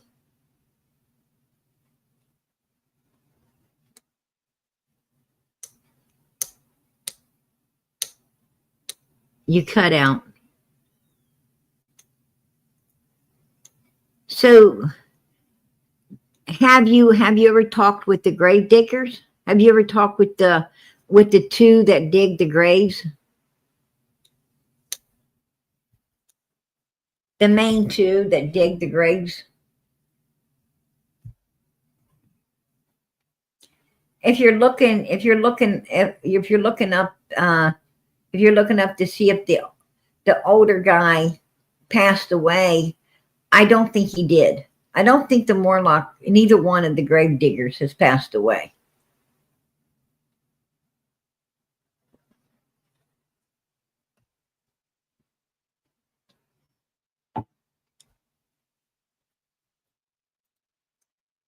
Look, I never thought I'd know anyone that would have anything to do with the child getting gone. Oh, so you ain't ever talked to him. Okay. Well, then you ain't in a position, you're not in a position to say if they would be willing to, if the price was right, they would be allowing something like that or not. You're not in that position to say, because you don't really know them. You don't know them. You don't know what they're capable of.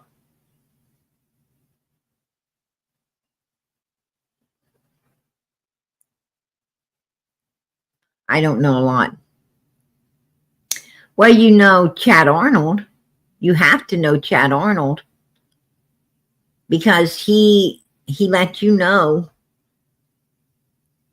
about us being at the cemetery, right? So you have to know him.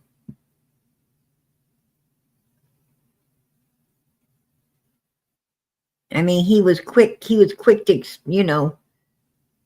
pretty speedy, like Speedy. He was like Speedy Gonzales, right? To get his ass out of there and then to spread the news of what he saw. So you have to know him. Yeah, I know him. Yeah, I knew that. So why do you think Chad would be, why do you think Chad would be up there visiting Timothy Morrison's gravesite? Why do you think he would be up there hanging around in the cemetery stocking people up?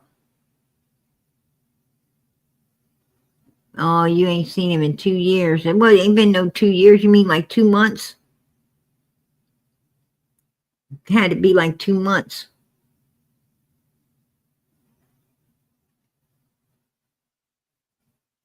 What makes you think the Summer's underneath that particular gravesite? What makes you think that she's underneath that particular gravesite?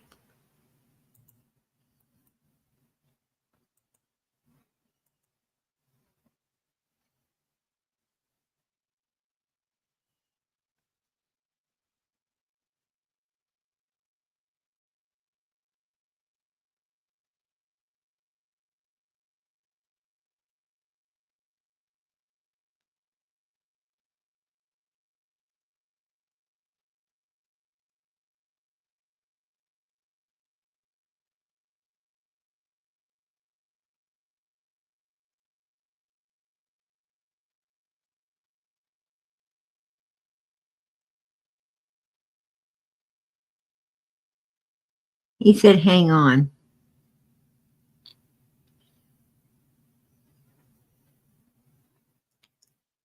Pause, I can't hear you.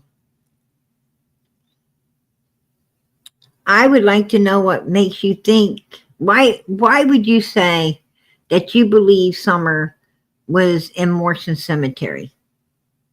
What would make you believe that she's over there? You got to have some reasoning. You got to have a reason I'm not just going to believe something, unless I have reason to believe it. If I got reason to believe something because, what somebody said, what I heard, or, I got to have, someone has to give me reason to believe the things I believe,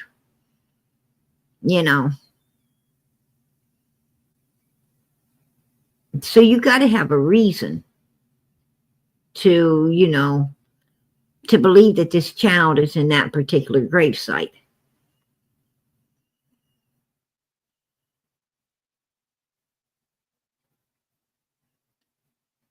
Now, I got to agree with you. Candace did come off of that hill. She did come off of that hill right after she got home, and let Grandis out of the vehicle. You're right about that. She came back off the hill. Between 4:30, 5:30. She was off the hill.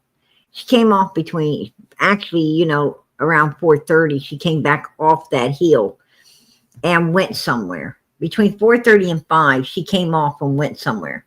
She got back up on the hill right before all the bullshit started with, supposedly sending Summer in the house and all of that. She got back. She got back right at the time she went in to tell the boys, "Where's your sister?" Which didn't ever, had never been in that house. She came back to gaslight the boys into believing she sent Summer in the door with them. Um, just an opportunity. And now, how long was it after Summer went missing that you had the thought that she could be over there in that gravesite? Like, had she been missing a week, 2 weeks, a month? How long? Um,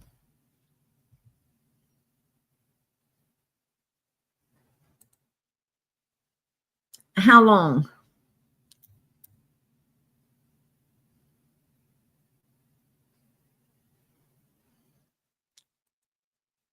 That's why I say that. Like, when did you first suspect it? When did you first expect Summer being in that grave? Like, was it a week after she vanished? 2 weeks, a month, a year? How long?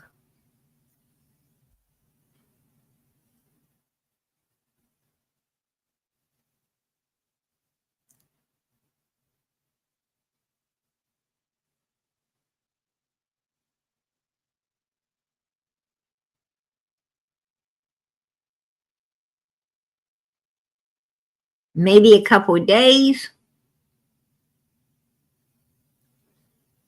Yeah, I know the guy passed on the 11th, but when, like, Summer came up missing on the 15th, when did you suspect that she might be in that grave over there? When did you, like, was it a week after she came up missing, a couple of days, a month after she came up missing? When did it first hit you?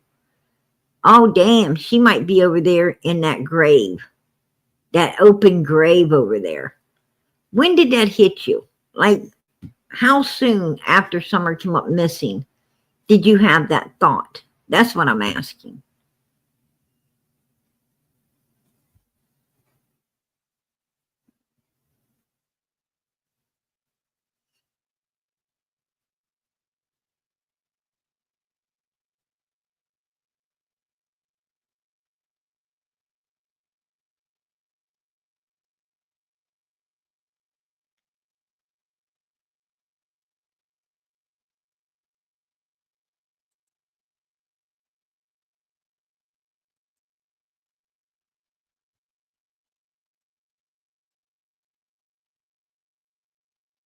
What's taking so long, Andy?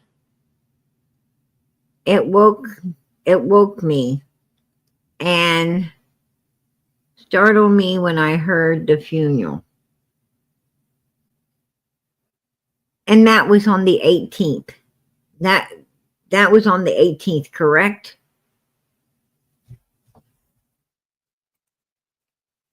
Right? So it woke you up on the 18th and startled you when you heard the funeral going on over there.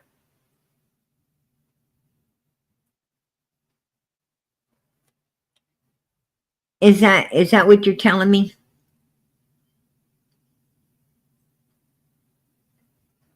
So when the first time you suspected it was the day of the funeral, the 18th. Is that correct?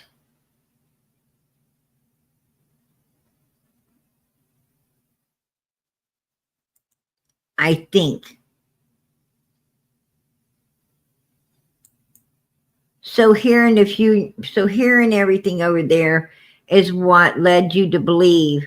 So why did you not suggest to law enforcement that, hey, they're holding a funeral over there, and they're holding a funeral over there um today, and that grave was open at the time this kid disappeared, and very very much could be down in that hole because nobody was watching it.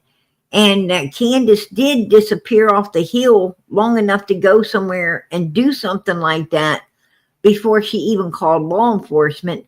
So why ain't you guys looking over there? Because that's very well where this little girl could be, is right there in that grave. Why didn't you tell them that?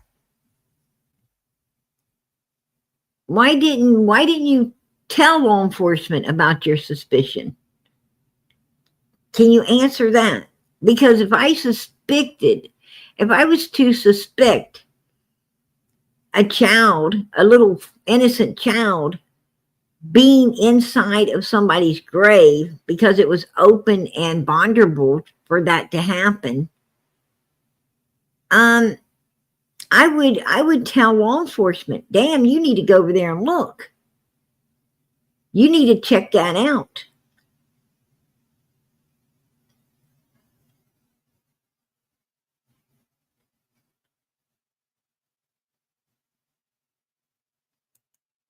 What makes you think it ain't been said? Because you said that you didn't tell law enforcement. I heard you being questioned by someone else, and you said that you did not suggest that to them, that you didn't tell them. You said that they talked to you. They talked to you after Summer went missing, that you searched on Dawn's property and that you searched on your property, and you said that you searched on Fields Road. And then somewhere where some buzzers were flying around, at some type of bridge. I think it's right down the road there, right down the road, that little, like, sometimes people fish off that little bridge or something. But I think that might be the bridge you're talking about. But I heard you saying where you searched, but you said that, with Jody Sue, I guess she was pushing you to go and, to go with her and look and stuff. But I can't stop answering questions.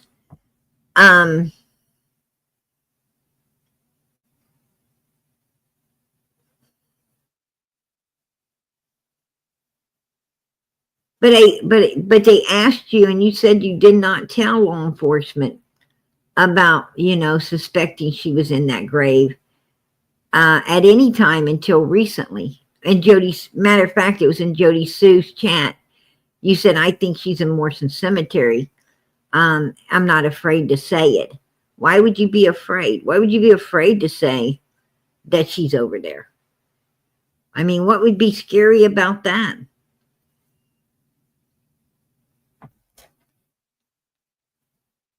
Are you afraid? Are you afraid?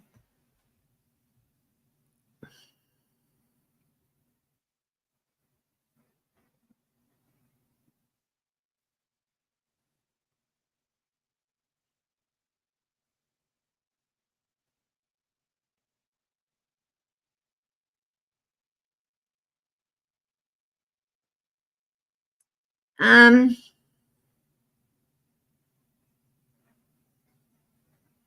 are you afraid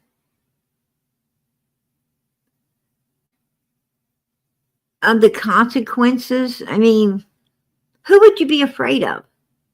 Who would you be afraid of? The fact that you said, I'm not afraid. Who would you be afraid of?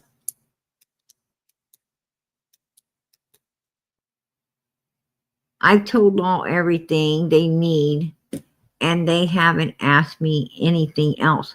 So, did you tell law enforcement that you felt Summer was over there in that particular gravesite, in the gravesite of Timothy Morrison at Morrison Cemetery? Did you say that? Did you tell them that? I was on cam at work. Jody Sue Brown has shown text of me leaving work. Oh, I know you were at work, Andy. I truly believe that you were at work. I believe Don Wells was at work. I mean, where you was the day Summer went missing. Yes, you was at work. You definitely was at work. I called your work and I verified that you were at work. Matter of fact, I went a little bit farther than that to verify that you were at work. So yeah, you was. You was at work. Oh, I'm not scared. Then why was your choice of words? Why was your choice of words when you said, I believe she's over there in Morrison Cemetery. I'm not scared to say it. Why was your choice of words, I'm not scared to say it? Why was that your choice of words? And because if I say I'm not scared to say it, then that means there's something, something else going on in my head. Something else going on. I know something more, if that's the term I'm going to use when I'm talking. When I say I'm not scared to say it, I've got someone in mind that I might have to, you know,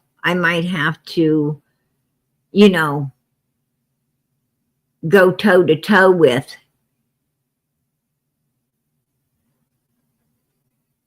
by, you know, by putting out that statement.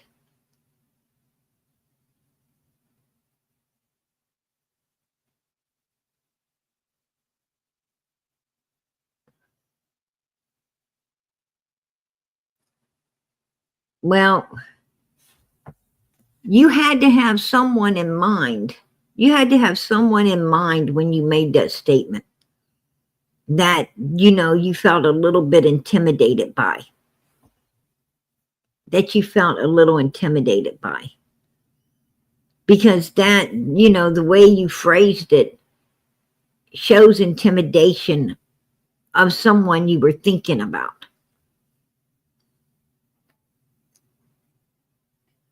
No, I don't read too much into it.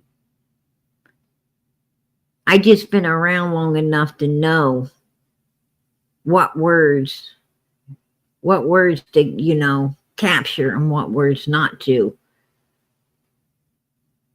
when someone is talking. Most people ain't brilliant enough to know which words to hang on to because they mean something.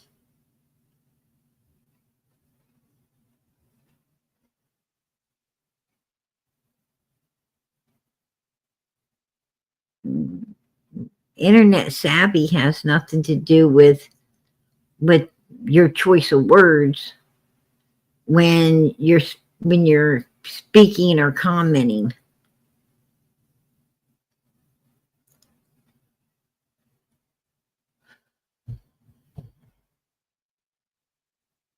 I think Candace knows, but Don didn't at first. I think Don Wells definitely knew. I think Don Wells definitely knew at first, Andy, because Don Wells changed up his vehicle on the 14th because it had Starlink, an extra alibi for his ass along with his phone. And he started driving that Subaru and went to work, fired his co-worker to blame it on. He wanted to piss somebody off to make it look like they did it. He had been telling his boss, Don had been writing weird shit on walls, throwing plaster around on windows and stuff. He'd been telling his boss and other people that this Dudley guy was doing all this weird shit that Don Wells had been doing. And Don finally admitted it. He finally admitted, yeah, it was me. And, him and his boss had an outsy after after his boss spoke with law enforcement. You do know that, right? And told Don he's not going to mother freaking lie for Don. And he ain't going to, he's going, yes, he talked to law enforcement and, and told them everything that needed to be told. And he told that, that Don did disappear for a minute on that particular June the 15th. that Don did disappear. I believe it was between 3 o'clock and between 3 and 4:30. Don didn't get back to work until almost 5, and that's when a coworker was talking to him, and then the boss stopped by when he seen Don's vehicle back and was talking to him right about the time Candace ended up calling and saying Summer's missing. But he was missing there for a minute from work. So, supposedly was down the road getting something to drink or whatever. It's the only day Don could remember really where he was to be found, when he's on a regiment of only certain places to go. So, and every day after that, for a fucking year, he was pretty adamant about going to, the only thing he really changed up was, where he got something to eat because he had a little more money to eat at better restaurants once the dough started rolling in. But that's really the only thing he changed up. He was still going to the same place for cigarettes and something to drink. And he was still going to, after work, stopping at the same place to get the liquor and the stuff they needed, to take up on the hill for the rest of the evening and night. So, the only routine Don changed up on the 14th was that vehicle and firing his coworker to blame it on. Then the 15th, he drives that vehicle to work for an alibi. And, because it has Starlink, it's an extra alibi to show he's he wanted to make sure that they knew where he was when all this shit went down. And he blamed it on his coworker, just like he had planned. He blamed it on his coworker, but that's because you guys couldn't find old Dobbs the night before, right? You guys went looking for Dobbs the night before and couldn't find him. So you had to stick with Dudley because you couldn't find Dobbs to get nothing done. Is that how it went down? Because that sure the hell seems like it.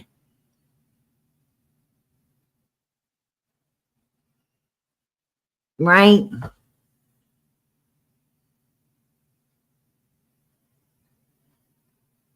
Yeah, exactly, Crystal. I agree.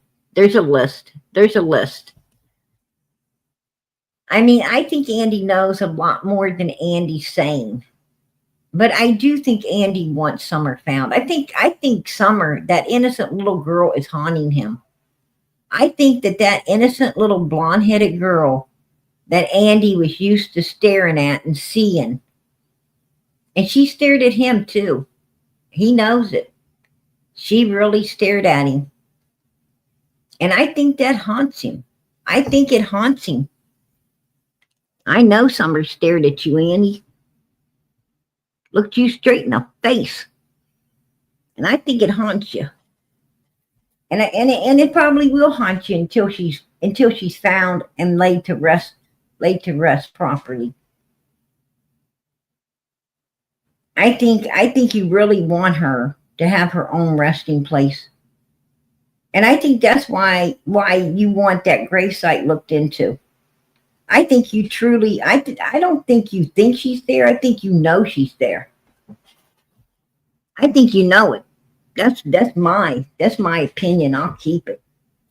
But I truly think you know it.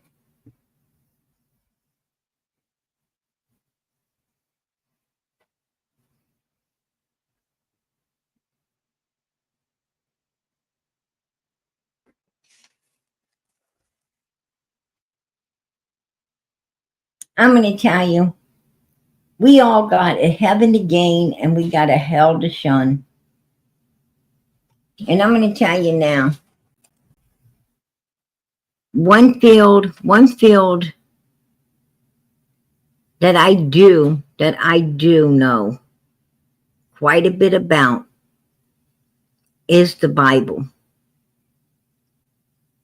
Now I tell you, Revelations is playing out right now. It says that it will be like the days of Noah, and I'm telling you now it is. It already is here, baby. Evil is rising up so thick all over the world that it can't get much thicker. We are living in the days where righteousness is supposed to be unrighteous, and unrighteousness is supposed to be righteous. Evil is the right way to go. And anyone trying to go the truly righteous way, well, you got problems. You got issues. There's something wrong with you when you got a normal mind and following the righteous way. You're looked at, the righteous people are being looked at the way unrighteousness was once looked at. The table has turned. There is more people fighting for sinfulness to take over the world than they are for righteousness to come back and prevail. So with that being said, you all are in the last days. And I'm going to tell you, Jesus Christ could show up any minute. Are you ready? Are you going to hide? Are you going to take his hand? Are you ready to meet him? Are you going to be left behind? You're going to be left behind because I'm going to tell you, if you're left behind, oh, you're not going to be the evil one if you're left behind. There's going to be a lot more evil than you showing up. And then you're going to know what real evil is. You ain't going to be the boss no more.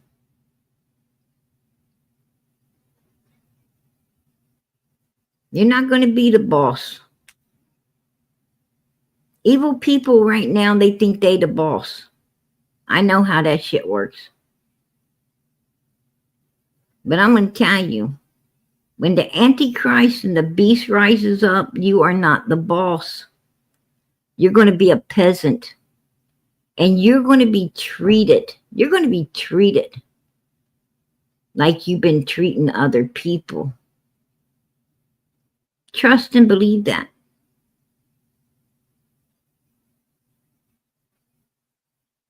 Yeah, it ain't going to be no big party. It's going to be your ass going to take a number. You're going to get in a line. And that's your only way to heaven at that point. You're going to get shuffled through. Are you ready to go through what? Are you ready to go through what it takes to get to heaven after you've been left behind? Are you really that brave to walk up there and go through what they're about to put you through to get to heaven? Or are you going to cower it out and take that number?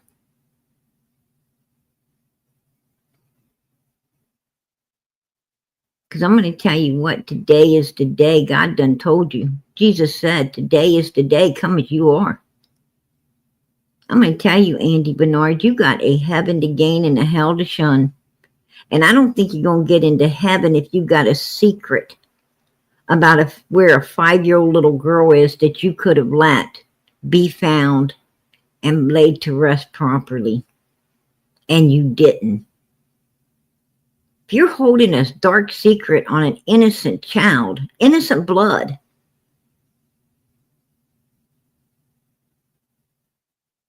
You're holding that kind of secret. You think you're going to get in the gates of heaven? I think that that's one secret that you better be telling.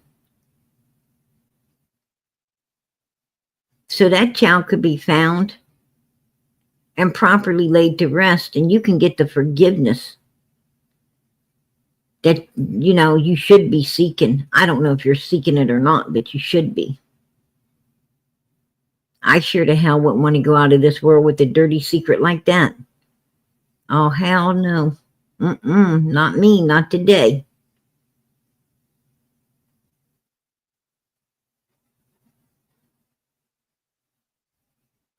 Well, if you ain't got nothing to hide, Andy, then, it is what it is, man. It is what it is. I don't even care. To be honest with you, I don't even care. That's your soul, not mine. Doesn't matter to me. Summer will be found. God will see to that. I serve a powerful God, and I know He's going to pull all of this to the light. And that baby will be found, brought home. Justice will get served. With or without. With or without you guys. Who we know knows a lot more than you're saying. It doesn't matter.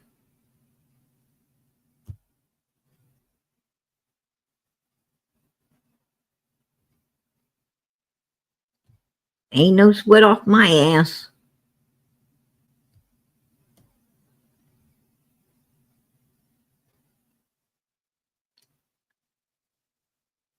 If I knew that people did such a horrible deed to a little innocent child, one that lived straight across from me, that I have seen and has seen me, I would not waste no time. I would not waste no time getting law enforcement to do what needs to be done to find that child and get that child found. I wouldn't be wasting no time. I'd be telling law enforcement every damn thing I knew and then some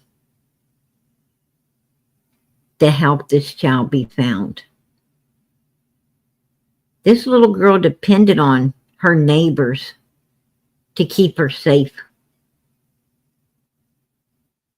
She depended on you. You can say, oh, it wasn't my job, but it was. The Bible tells you it is. The Bible tells you that you are supposed to watch over your neighbors so you can dwell safe and they can dwell safe also.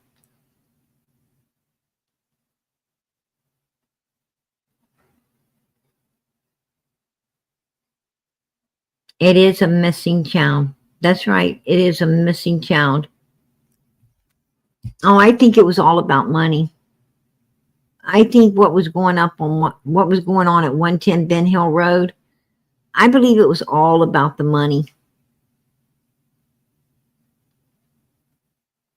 I think that's why this little girl had to be destroyed. That's my opinion. Because it was all about the money, about what sick people could make by doing evil stuff to little children. Don Wells, Don Wells and Pam was running an operation like that over in Arkansas where children were removed for being essayed.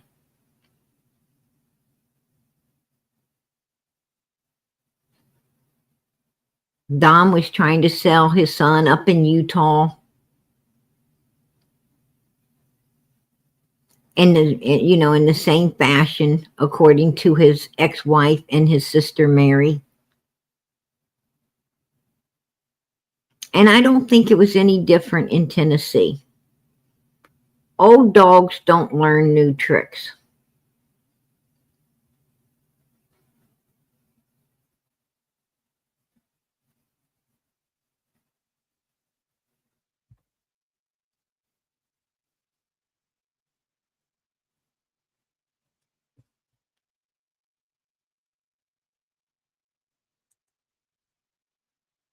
She knew it was coming to an end.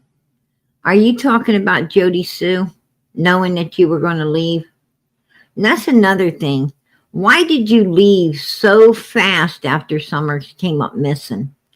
Why did you leave so quick after Summer went missing?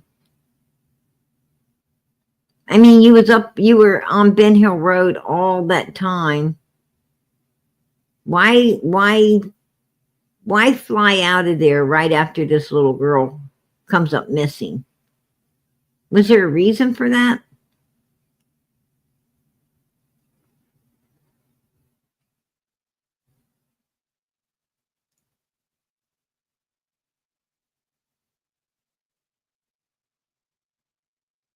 Yeah.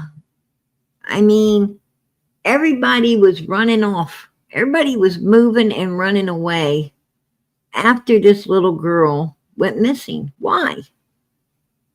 Y'all was up there for years and years and years until this little girl went missing.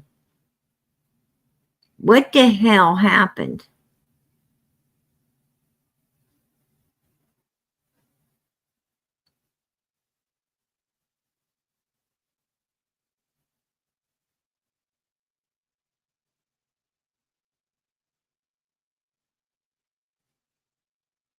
Well, my question is why did Jody Sue lie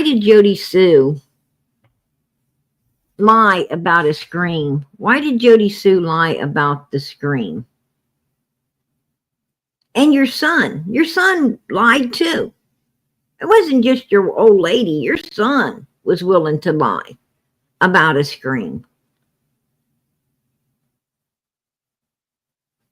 And it was a lie because Candace got a hold of Jody Sue wanting her to move it so it fit the timeline better, and Jody Sue said no. And Jody Sue had an argument with Candace about the money, her share of what was coming in, the gift cards, the Venmos, Cash App, whatever the money was coming in. They had a full-blown argument over the money. I heard it. I heard that with my own ears. So what the hell was all that about? I mean, if you guys are totally innocent in all of this stuff, then why was all that stuff going down? I don't think it was. I don't think you were innocent. I don't think you guys was innocent at all. Just my opinion. That's my opinion. You got Jody Sue lying, your son lying about a screen. You got her and Candace fighting over the monies. Jody Sue feeling she deserved a share of whatever was coming in. I'm telling you, y'all asses know something. You know something that was going down with this baby. And Jody Sue said, you go ask him what he was supplying Candace with to sedate little girls to be touched. You go in and you ask him. And you ask him what it was besides the goody good stuff. So that means you were supplying Candace with something more than just the goody good shit that you say you were selling, that you was, up there dishing out. She plainly stated it was something different.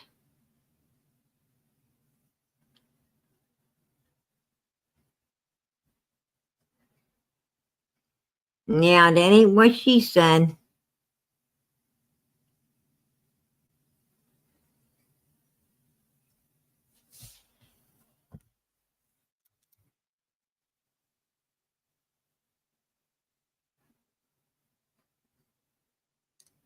Oh, I thought it was only, I thought it was only the first one. Now you have three things that you were dishing, out.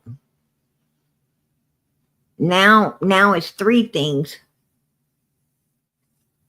and not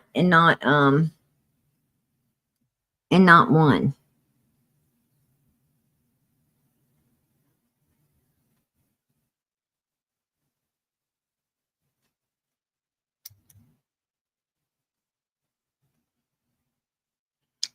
Jody Sue didn't say you gave it to Don. She said you gave it to Candace. She said you gave it to Candace.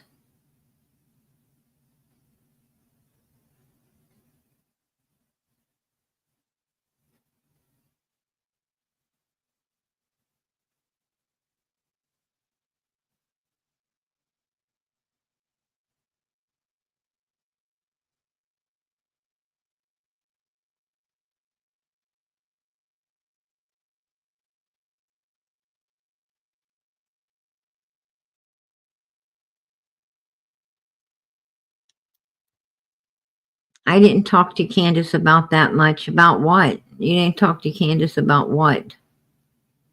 About stuff to sedate the kids?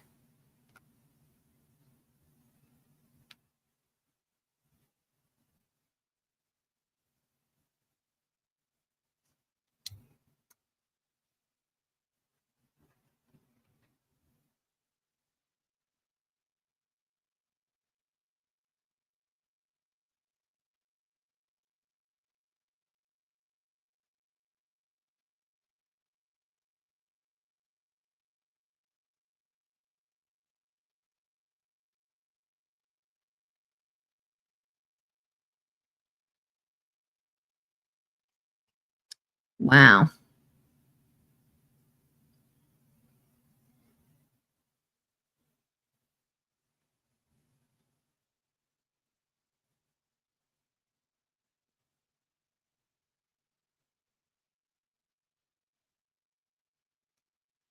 I dropped the link. He said that he doesn't like coming up on panels. He says he doesn't like to come up on panels.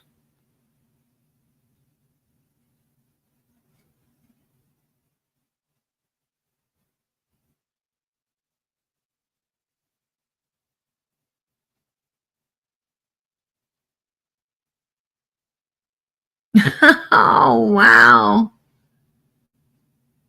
He's like, get some blue chews because you ain't up. Whoa. That's some rough words right there. That's some rough words right there.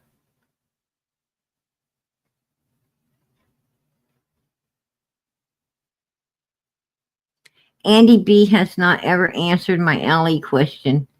Um, well, at first he said he didn't know Allison, and then he said he did know Allison, that she brought a vehicle to his work.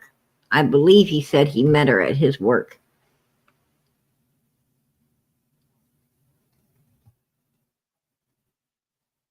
Oh, he's running away. He's he's running away. He done left. He's leaving the building. All right. It's past his bedtime.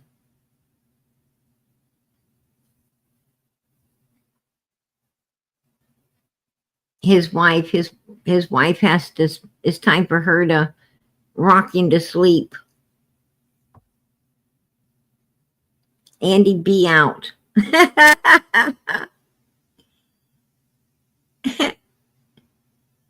Well, I'm going to tell you, you know, they're all talking out of two sides of their mouth. The only thing I can say is, they're both Jody Sue, you can see right there on the screen, Jody Sue and Andy both talking about this particular grave. They're both talking about this particular grave. Jody Sue got away with it because she was in a Discord. Andy just happened to be, out and everything where it was snatched onto. And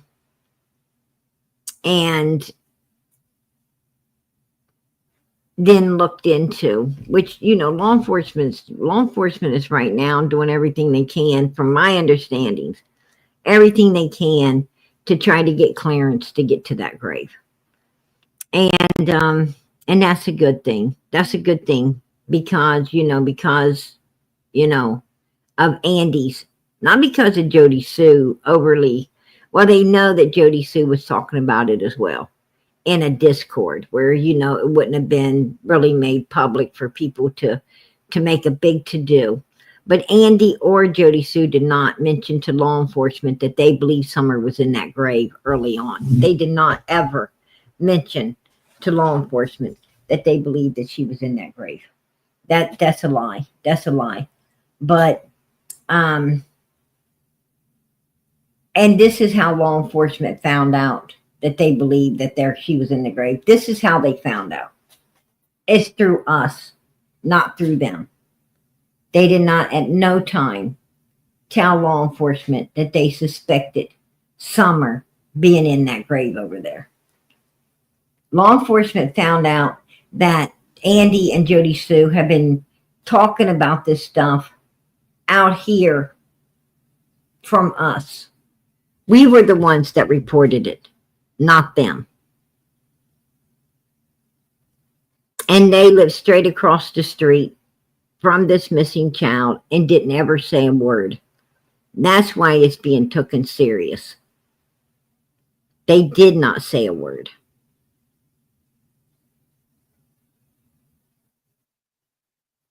Matter of fact, law enforcement had not ever heard about Timothy Morson's grave site until recently, when we all started reporting it.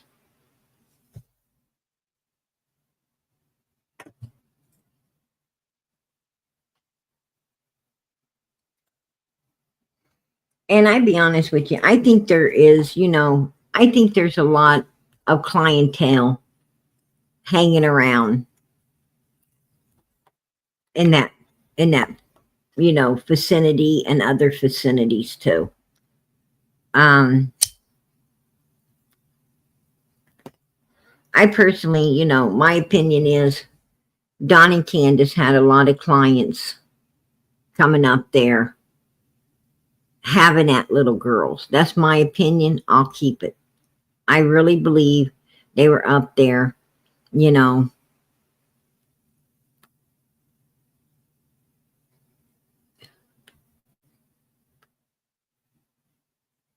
that's my opinion.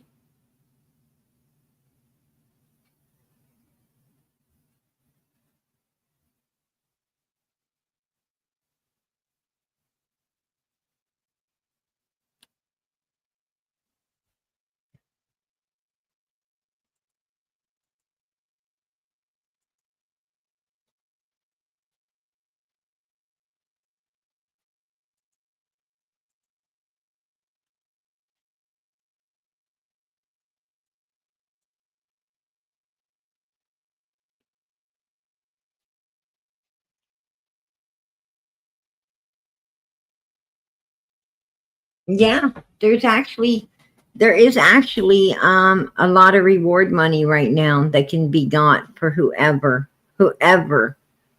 leads law enforcement to Summer Moon Utah Wells. That's true. It doesn't have to. That's just finding her. That's just finding her. It doesn't have to be. It doesn't have to lead to, an arrest or anything. That's just to find her. There's money out there just, for whoever, leads law enforcement to her. Like if she gets found, in that particular grave site, somebody tells that no, she's definitely down in there, and they tell law enforcement. They get a big ass reward. Absolutely. A very big reward.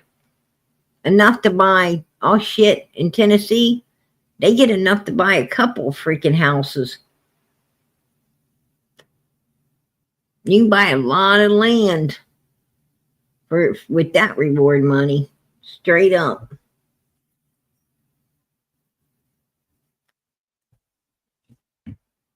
Well, I'm going to tell you, when you come in here, you don't ever know. You don't ever know how the night's going to go, you guys.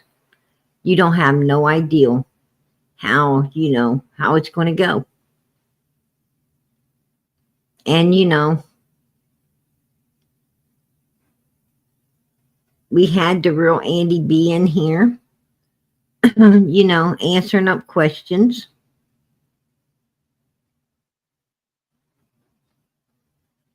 And, you know, he's afraid of something. He's afraid of something. He's definitely afraid of something, y'all.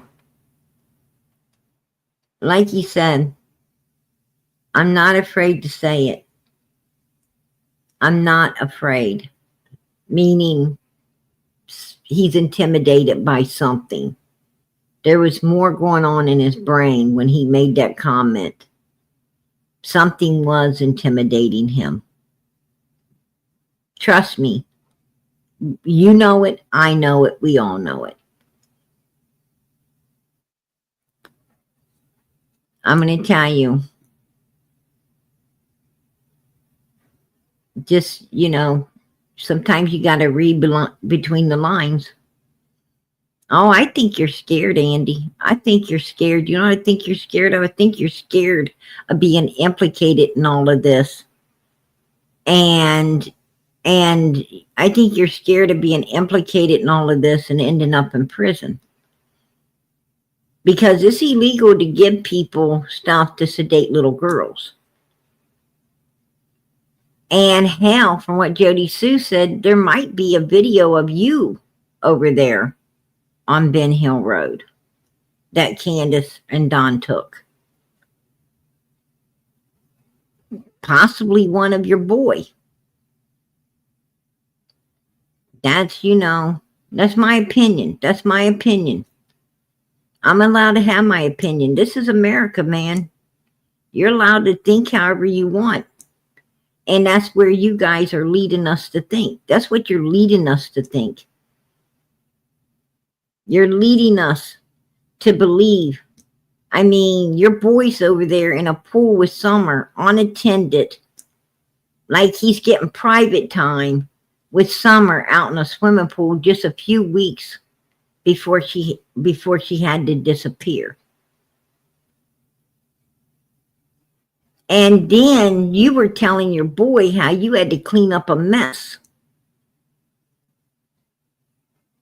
You're telling your boy how you had to clean up a mess. And, you know, it's funny that you tell your boy how you had to clean up some mess. And Chad Arnold meets up with Candace. Candace follows Chad, your little friend Chad, out of Ben Hill Road with an open grave over there. You know, and you're hiding at work with GPS. Don's hiding with a Starlink. You both got your phones. It was the only fucking day you stayed at work all day. Right? Trying to keep alibis. You guys probably both, you know, wore big red shorts so your asses look like balloons and everybody would notice you when you walk by. Probably the only day you did that too. And a shirt that fucking said, look at me, here I am.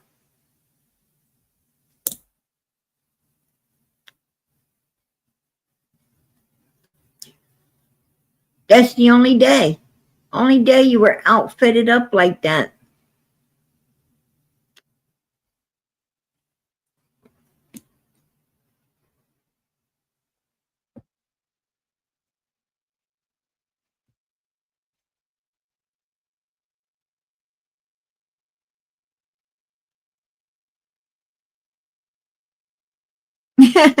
Yeah, probably does. I don't know. I thought it was his bedtime. I thought he was going to bed, but he keeps coming back. And you know, when somebody keeps coming back, it's because a lot of truth is being told. A lot of truth is being told, and they don't like it. They're getting intimidated by the truth coming at them. Right? That's what it is. That's what it is, y'all. And that's how it is. And I'm going to tell you something. Like I said, you know, he has a hell to shun, a heaven to gain If he ain't got brains enough to gain it, then you know what? That's on him. That's on him. You know, you can lead a horse to water, but you can't make it drink. You can lead this guy to help this little girl to do the right, the righteous thing in the sight of God and all the people, in the sight of, in the sight of her brothers and even her, because I know she's probably looking down here as well. He's got an opportunity. He's got an opportunity to do what's righteous, and it's up to him whether he wants to take it or not. You know, I'm not going to, I can't make somebody do what's righteous. God can. God can make him do what's righteous. God can put the wrath on him, right? God can put a wrath on him. He'll be glad to tell the truth. But that's up to God. That ain't up to PG. That's up to God. But I hope God, I hope God puts something on somebody so they'll come forth for this little girl and do what's righteous in the sight of God for her. Because she deserves to be found. She deserves to be laid to rest properly. She deserves. I mean, she paid the price to get her brothers out of that hellhole.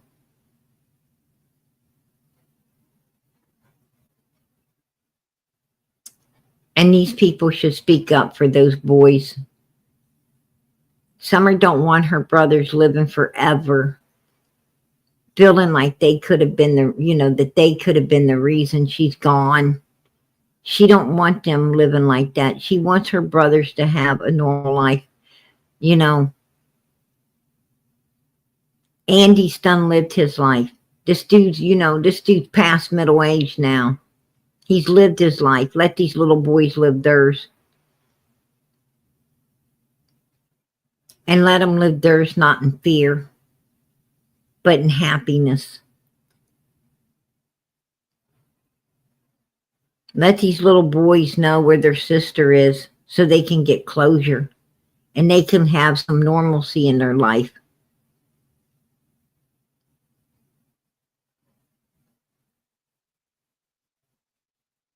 Try to do some righteousness in all the evil that's been done. Try to do some righteousness. Turn it around. Turn it around. And let Summer be found.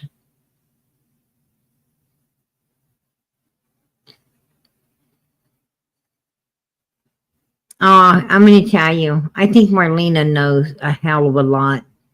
I think Marlena could. I think Marlena could collect that reward if she wanted to. I seriously believe she could collect that reward if she really wanted to. I think she knows enough. I think she knows enough. If she sat down and she pieced everything together, like, the phone call Chad had her make to Candace,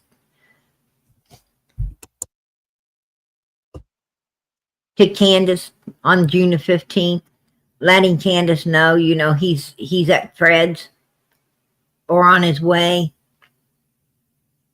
I think if she pieced it together that, Candace was meeting up with Chad because they were going over to that cemetery, if Marlena could piece it all together, I think she could get that damn reward. Absolutely. I think she's heard enough, seen enough, and knows enough to collect that reward. Hopefully she does. Hopefully she does. And that would serve all of them mother freakers right.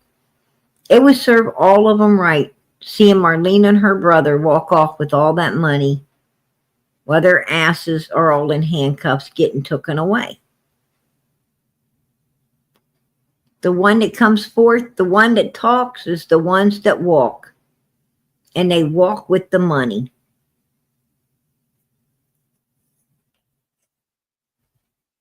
And that's just the way it is. That's the way it is.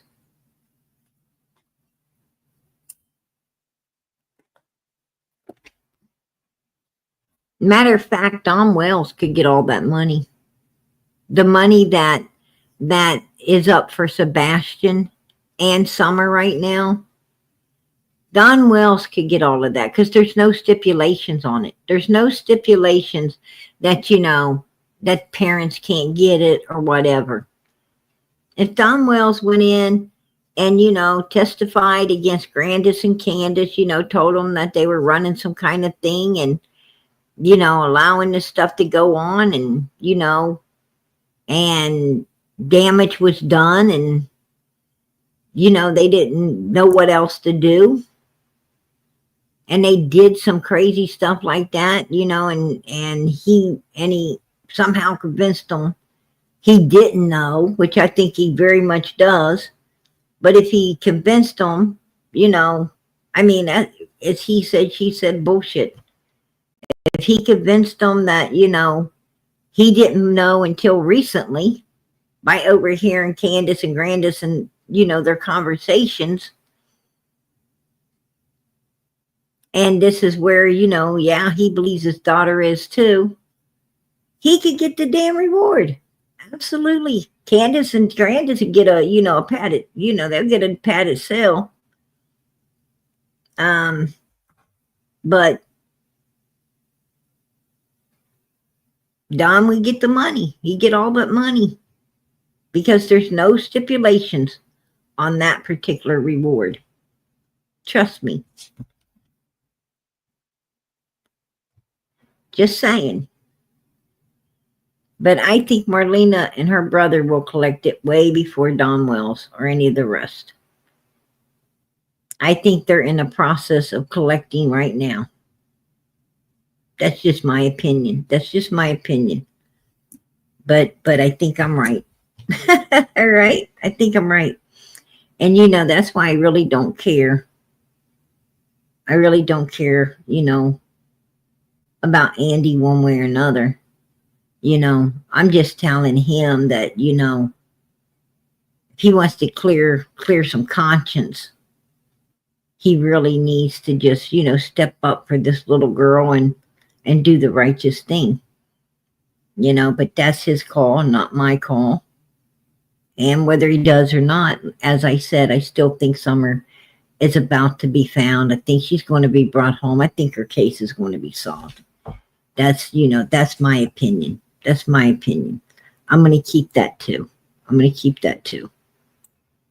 But I'm going to tell you right now, behind the scenes, there's a whole lot of things going on.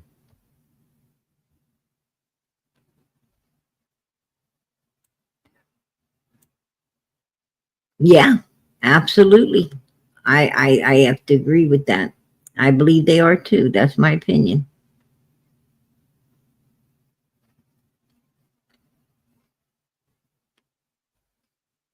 Yeah, the police do know it. And I'm going to tell you, they're not about to get any kids back in their possession at all. Those kids don't want to come back. Those kids have had a better life. They know what a better life looks like, and they ain't about to come back to that fucking dump. They're not about to enter that at all. No way are they coming back to that. But I wanted to bring up something before I leave out of here tonight. I wanted to bring up something that I feel is important to talk about. One thing I feel is important is someone found this child on they was looking on they Googled Tennessee adoptions. They found this little girl. They said, PG, do you think this little girl is Summer? No, I don't. Summer's nose does not. This little girl's nose hangs down right there. Summer's doesn't. This little girl's hairline goes, if you're looking at the screen, her hairline would go to the right. Summer's hairline goes to the left. If you take a look at under their lip right there, this little girl doesn't have the crease that Summer has. Summer's face, her facial The detailing in her face is real prominent. On like this little girl, they're both beautiful. They're both beautiful. But Summer's, Summer had a detailed, structured face. Everything was so prominent, it just, God spent a lot of time making Summer. Summer is just beautiful. She was unique. She was unique. And, you know, and the chin, this other child's chin is really, long. And Summer's chin was, short and very well rounded. She just, Summer was just structured different. You know, the child was like a masterpiece of art that God put together. In my opinion, God knows all. He knows all. And in my opinion, Summer was sent here to do. She was sent here on a mission, and that mission was completed. She was sent here to save those boys. She done it. And now she's back where she belongs. And I'll always believe that. I believe that every person born on this earth is born for a purpose. And once you fulfilled that purpose, you get called back. You get called back to where you came from. That's my opinion. And that's just, when your work here is done, when your work here on earth is done, well, the Lord takes you. As long as you're here, as long as you're getting up every day, you have work to do on this earth. Now, you might not know what it is, but God does. You are serving a purpose. You may not even know what that purpose is, but you're serving it every day. Maybe maybe you're every day, you're living for someone, someone is counting on you. Someone is dependent on you. And that's your purpose, is to be there for this person. Your purpose might be, for neighbors. It might be for family. It might be for, outsiders. You have a purpose. You may not know it, but somebody looks forward to seeing you in this life. Someone is relying on you. And you're fulfilling a purpose every single day. Maybe your purpose isn't, for family or friends or neighbors or co-workers. Maybe it's none of that. Maybe your purpose on this earth is, to show God that there's still people on this earth that love Him, care about Him, pray to Him, and talk to Him, and follow Him in righteousness. And maybe, your purpose is, serving God and letting Him know that righteousness is still upon this earth. So He's leaving you here because you're a reminder of the good and the reason that, He hasn't sent Jesus back yet. But you're serving a purpose. One way or another, you're serving a purpose. So keep on getting up and serving that purpose. Everybody don't know what their purpose is. Sometimes sometimes you look back and sometimes you look back and you say, hey, God had me here, God had me there.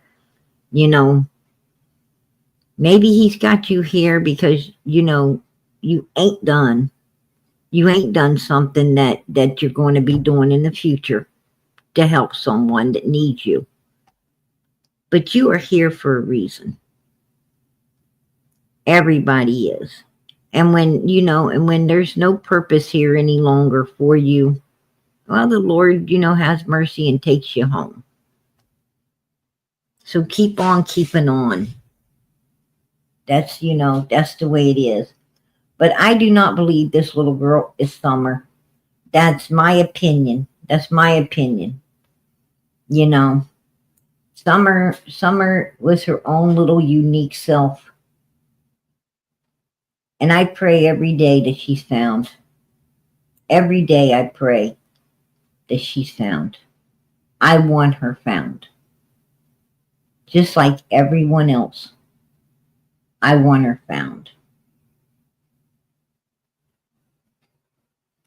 Now, Tim Mullins has been putting out a lot of stuff. Tim Mullins putting out stuff like this right here. Josie has suffered long enough. You took him from everything we loved. They didn't fucking love nothing. You don't have a house like that. You don't drink every single day until you pass out if you love your children. You don't use and abuse your children. You don't go around, you don't be making 911 phone calls, having your child scream because you're going after it. You're attacking it because it ain't in the shower with you. You don't have mattresses and stuff that look ungodly. If you love, what the hell was there to love? There was nothing there to love.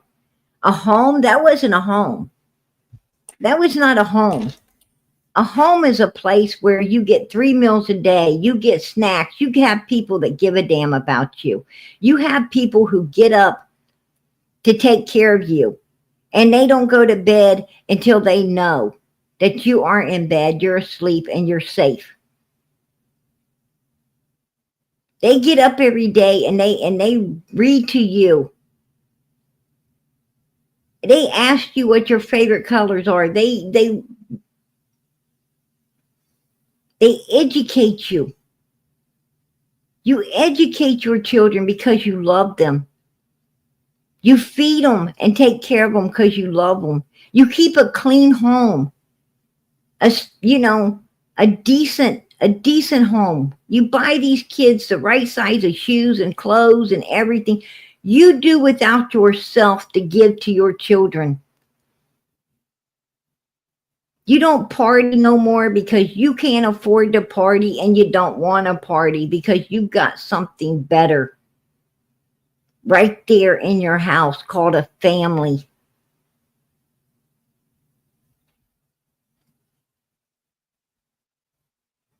They gave up nothing for these kids. These kids gave up everything for them. These kids got a dollar store pizza. These kids lived on a dollar store pizza and mother freaking and crappy water most of the time. Right?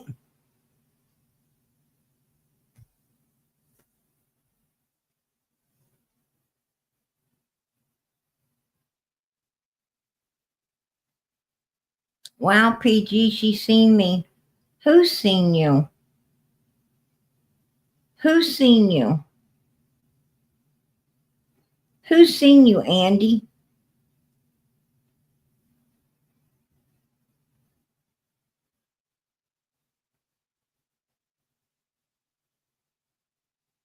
There you go. You give your kids a beautiful life because you love them. The Wells didn't give those kids no beautiful life. The Wells made those kids. Those kids walked through hell from day one. Right out of the womb, they was walking through hell. Don and Candace Wells does not value children. Let's talk about his 2 kids up in Utah. One he tried to sell to a dealer, and the other one he tried to sell to family, according to his ex-wife and his sister Mary. Right?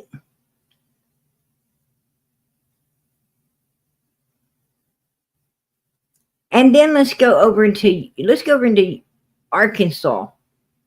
where him and his wife Pam was bringing in all of these homeless girls who were substance abuse users, who were having children, and they were bringing them into their home and their garages, and I mean, bringing these homeless people up there, and these homeless people's children were being taken out of there because their children were being essayed. They were given substances while the people were taking their kid away and doing, they were sitting in a garage doing some substances they got while the other person got their kid and went and did whatever with it. And these kids were taken away from this property. According to Lisa Jensen and other witnesses, were taken away from this property because they were essayed. And then and that's how they met Candace. Candace was in the family way, going to have a baby, and they had her living there. And she gave the baby up. Well, she didn't give it up. They took it because she couldn't quit doing she couldn't get clean. According to Lisa Jensen, Candace wouldn't get clean in order to get her kid. So when she went to the hospital, had it was addicted, and she just left and didn't go back to get the baby. Period. So the state took it because it was addicted. It had to be weaned off of stuff. And then let's go to Wisconsin, where Candace had 2 more children. One severely abused to the fact that he couldn't live a normal life evermore. And the other one can't live a normal life from being shuffled around because they were shuffled in the system because they was taken because of abuse, right? They were taken because of abuse. So, these people, you think they cared about the 4 kids up on Ben Hill Road when they didn't care about the ones in Utah? They didn't care about the ones in Arkansas. They didn't care about the ones in Wisconsin. Are you kidding me? Are you kidding? There is no home. And whoever's running this Find Summer Wells, this is not finding. Bring Josie home. It's not finding summer. Why don't they put up a sign like this? The one we made. Like Andy B said, check that gravesite for Summer Moon Utah Wells. Why ain't they making a sign like this? Why ain't they making something like this to get Summer found? If she's there. Oh, he's not going to make this. He's not going to make this sign. You know what? They don't want Summer found. Because finding Summer means a lot of people's going to prison, in my opinion. Put a 1 in the chat if that's your opinion too. Because I think a whole lot of mother frickers are going down if this child was found. That's just my opinion. And I think they know that if law enforcement handcuffs Candace, well, Candace is going to sing on Grandis and Donald, and they get Grandis and Donald, they're going to sing on the rest of them. And there's going to be a lot of people. What I'm saying, it's going to be one long, sad fucking song, ain't it? One big, long, sad song that's going to bring in a whole lot of people that don't want to be brought in. That's my opinion. And I'm going to tell you, Andy hanging out in our chat tonight is solid proof of it. Solid proof of it, baby, because he can't leave. He can't leave because there's too much coming out. He's a bag of nerves. And if I was him, I'd be worried because he's really the one that led him over to that gravesite. Andy Bernard's the one that led him to that gravesite. He can hide it. He can go over there and try to hide it so people can't find it. He can go over there and do whatever he wants now. Law enforcement knows it's there, and they're working behind the scenes to get it looked into. And if that kid's there, there's a lot of people going to jail. And I think Andy's going to be questioned up about all of this because it was his mouth that led everything to that particular gravesite. Just saying.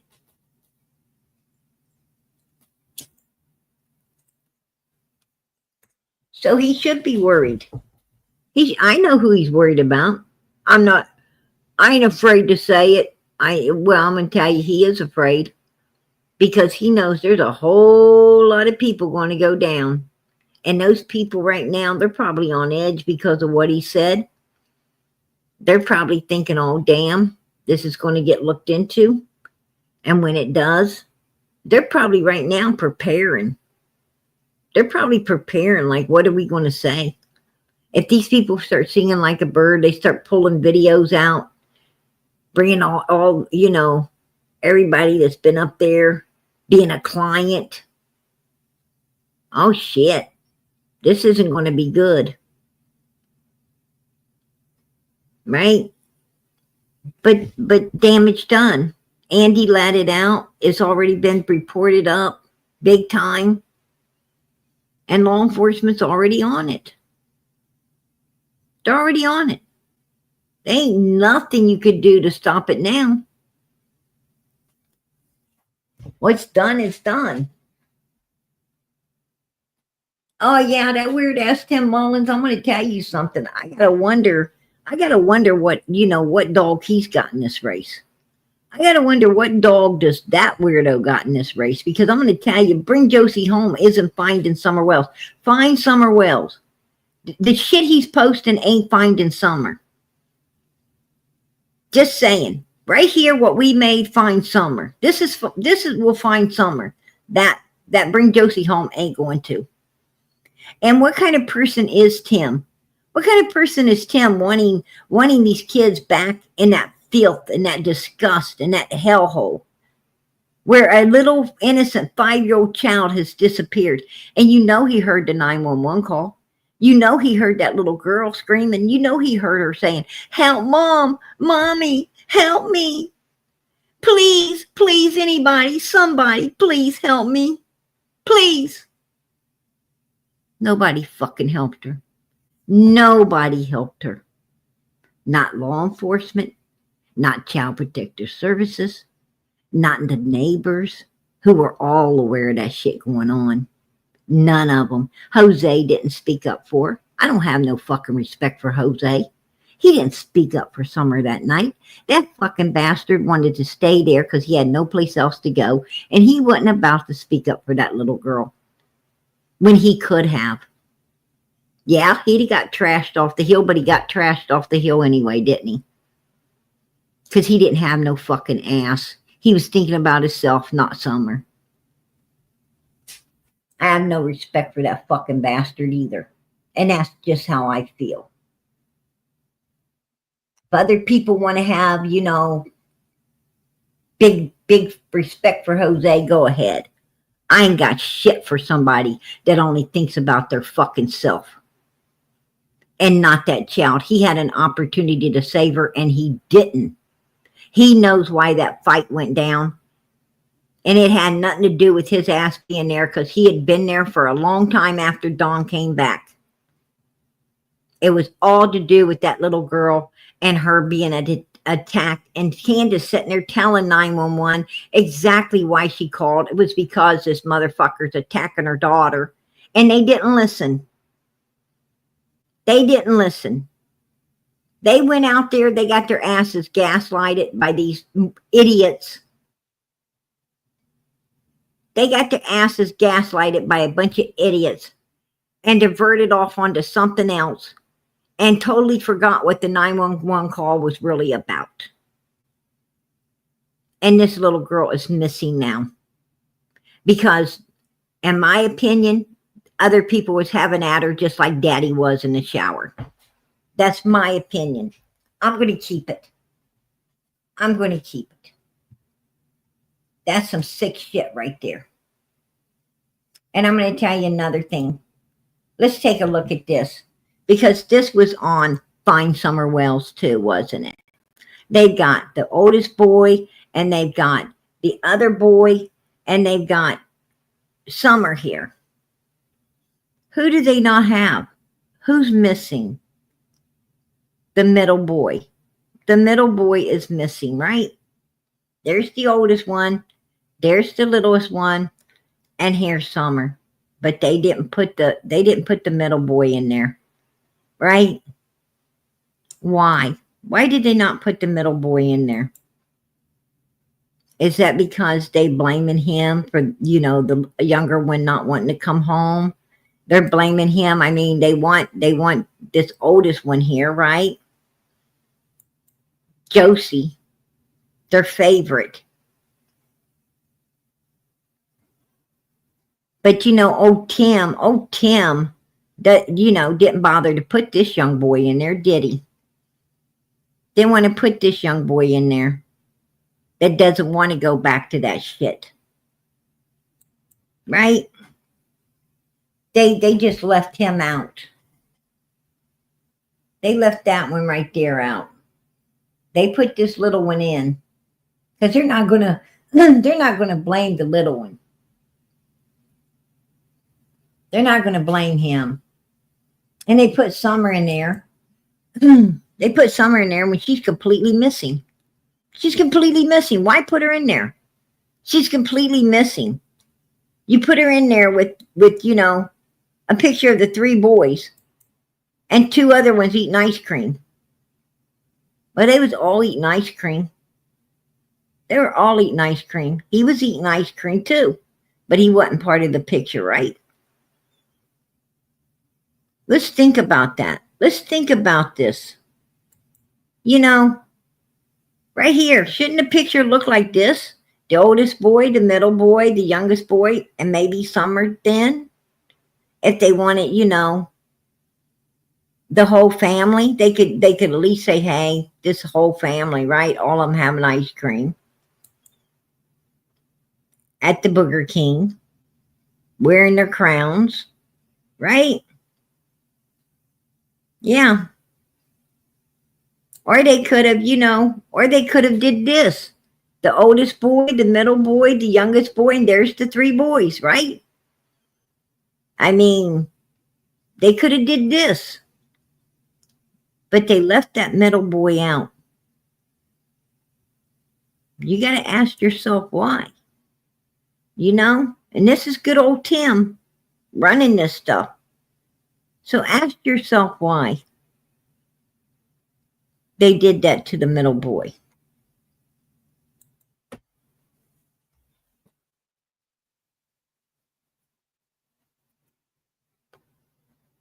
And what dog does Tim got in a race?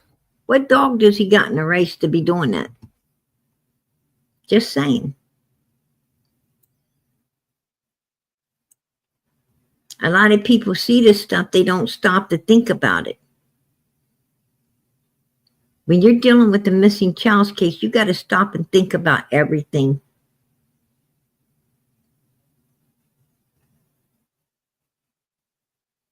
And then you got to try to find the answers to your questions. Because that is going to lead you to the answers of where this child is, why it ended up disappearing, and how to bring it home and get justice for it. That's what it's going to do for you. But you got seek and you shall find. You got to seek the truth to find the truth.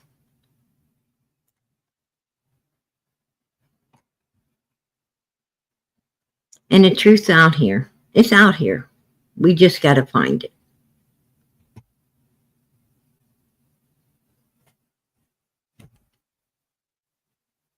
Just saying. All right, you guys. I did want to share that with you before I went out of here. I had content tonight I wanted to share, so forth and so on, but Andy showed up We got an opportunity. We had an opportunity to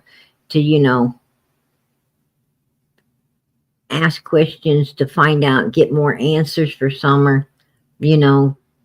Everything helps.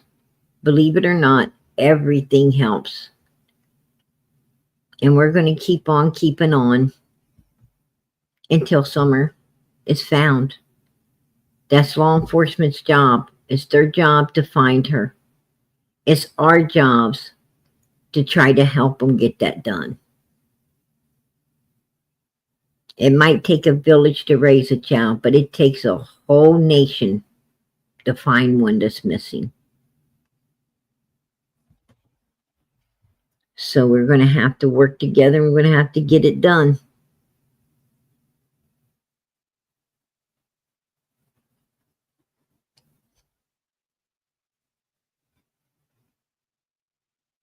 Let me tell you something, Thomas. A lot of sick ass people do.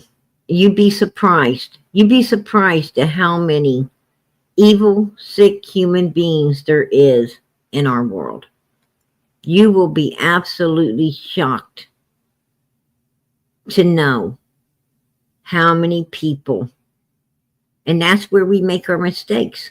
That's where normal-minded, righteous humans make their mistake, because normal people like us think that everyone is like us, and we judge everybody off of the way we are. And that's why, and what we don't realize is we are opening ourselves up to some real evil people.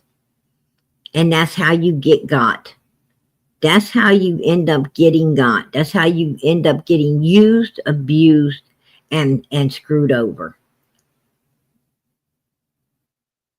It's because you think people are like you, and then when you find out they're not, it's too late. You have got to understand that people are not like you. They are different, and they are evil, and they are capable of doing some really evil things.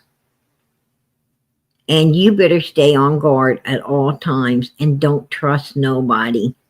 And if you have the slightest indication that this person is, see them for what they are, not what you want to see them for. Don't try to just look at the good in them. You got to see who these people really are and get them the hell out of your life in order to stay safe. I tell you, family will screw you first. Just saying. That's just the way it is. Family will mess you over first. Why? Because they feel they can. Because your love for them blinds you. And they use and abuse you. They're jealous of you. They're envious of you. They don't want to see you have nothing. And they're seeking to destroy you. And they will if you let them. They're always seeking to take everything you got. And if you don't wake up and see them for what they are, a bunch of users and abusers, and get them out of your life and start paying attention to the people that ain't users and abusers, then I guess you deserve what you get. You deserve exactly what you get.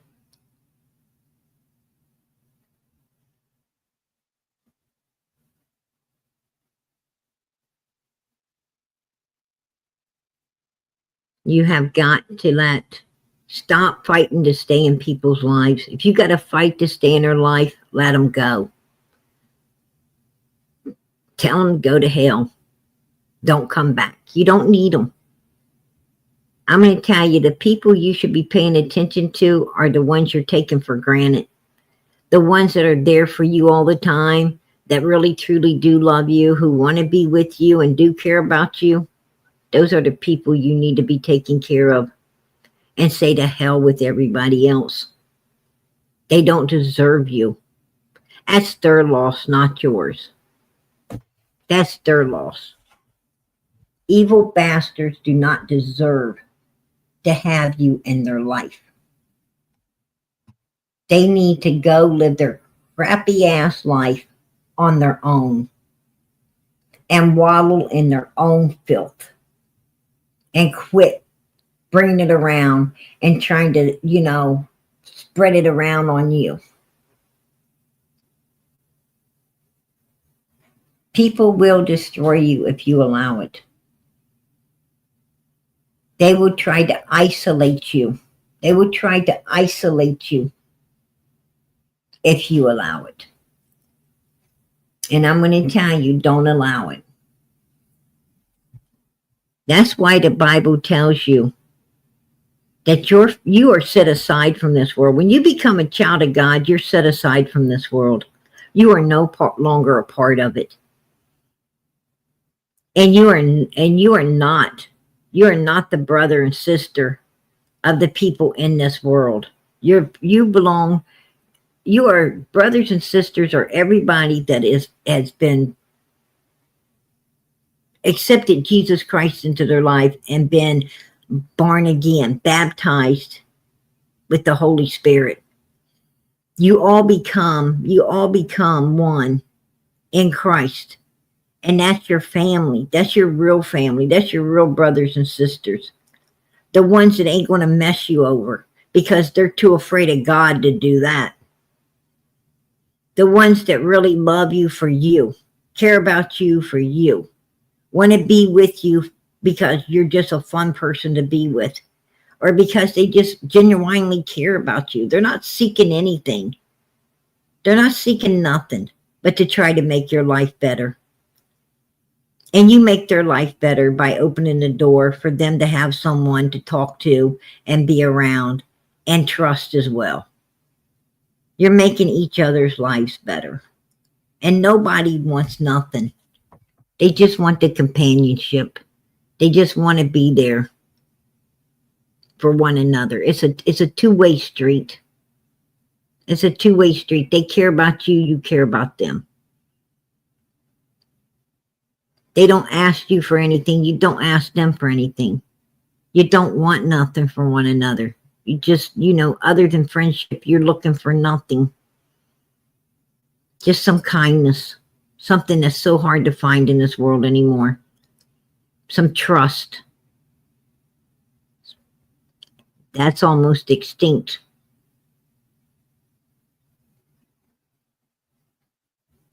That's all they want. They're folks that really do care. They really do care. And they're there in your time of need. And you're there in their time of need.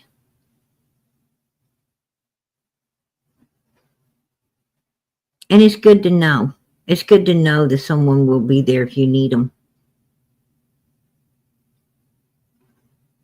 And that's the way the whole world should be. That's the way your real brothers and sisters should be. But they're just too fucking sad to do it. Right? Too evil. They're too caught up in the world. They're too caught up on worldly shit that don't mean a damn thing. They haven't come to the conclusion that they can't take that shit with them. Right? They can't take it with them.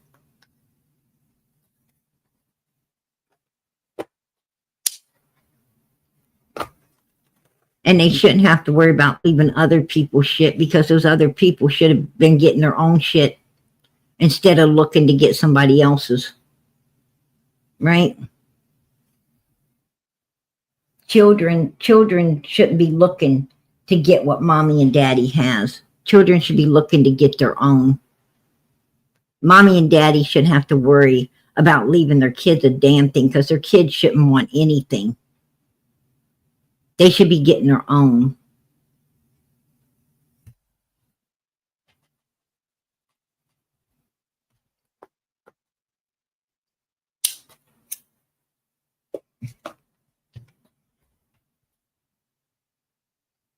But I'm going to tell you,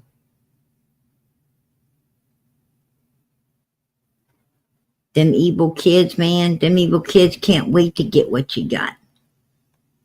There's some evil ass kids, they flock in You ain't seen them in 10 years and all of a sudden they all show up. They never do really a damn thing for you, but drive you fucking nuts.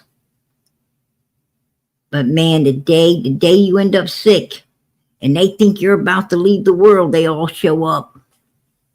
They all show up trying to figure out what the hell they want. Hoping to get something. This is a sad world, man. Because I can remember a time when people didn't want other people's stuff. They didn't want other people's shit. There was a time, once upon a time, people wanted their parents. They didn't want their parents leaving this world. They didn't want their money. They wanted their parents.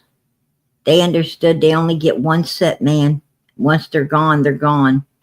They loved their parents. They wanted to take care of their parents. They were there for their parents. They'd trade the whole world to have their parents another day. They didn't want nothing.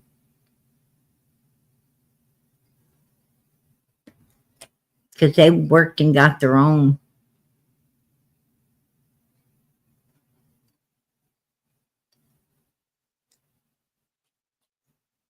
These people today, they don't work to get nothing. And even if they got something, they still want what their parents have. They want all they can get. They can't ever get enough. They're fucking greedy. They're greedy. Always looking to live off of somebody else. They're like leeches. They're like freaking leeches. It's disgusting. It's disgusting to see how this world is. There are so many evil people in this world. You won't. I don't think I need to tell you. I don't think I need to tell you how evil it is. Just walk into a restaurant. Just walk into a restaurant and see the fucking attitudes that's popping at you. You know? You don't get the niceness anymore. Hello, welcome to so-and-so place. Can I take your order? Yes, okay. Will there be anything else? Okay. Yeah, Oh, take your time. No hurry. You don't get that no more. What you get is, you want a cheeseburger? I need a cheeseburger. Anything else? Anything else? Did you want something else? What did you say? I didn't hear that. Anything else? Could you pull around? I can't hear you. What else did you say you needed? You get an attitude. You get an attitude popping at you. You just want to pull out and say, F it. I don't want shit here because you got a nasty attitude. And it's everywhere you go. Everywhere you go, you get treated with no respect. They think they can treat you like that because you depend on their freaking eat-outs. They think they got the upper hand on you because they're making your food. You're not making theirs. You better be nice, bitch. Or you might not like your sandwich. Right?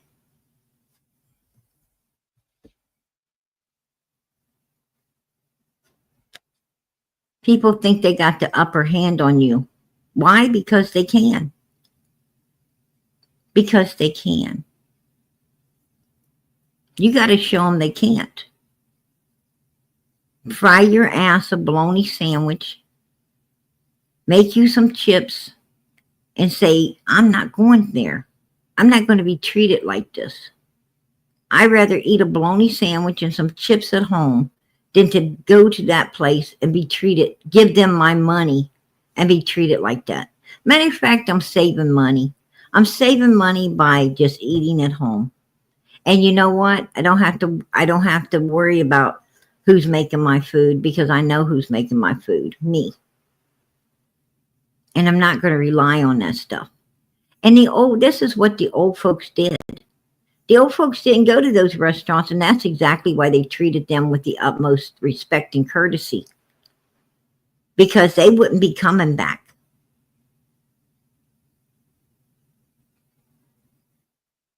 They wouldn't be coming back. But they think they can treat people today any way they want to, and you're going to be back for more because you just glutton for punishment.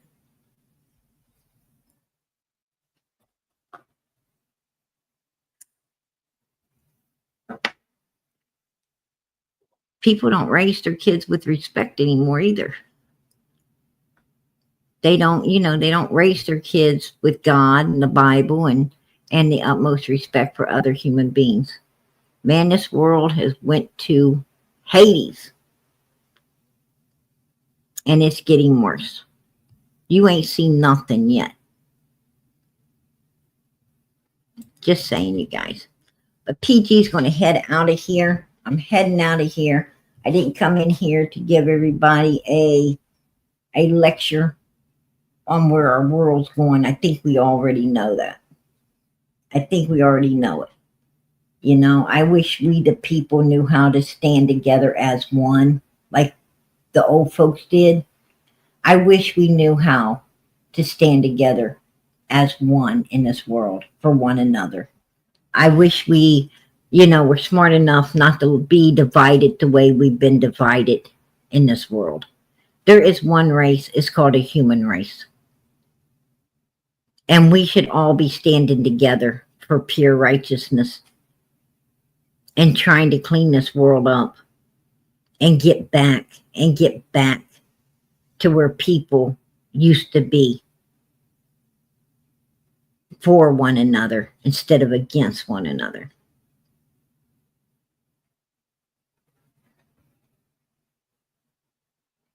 Where people were afraid to act like the whales because they wouldn't have got away with it.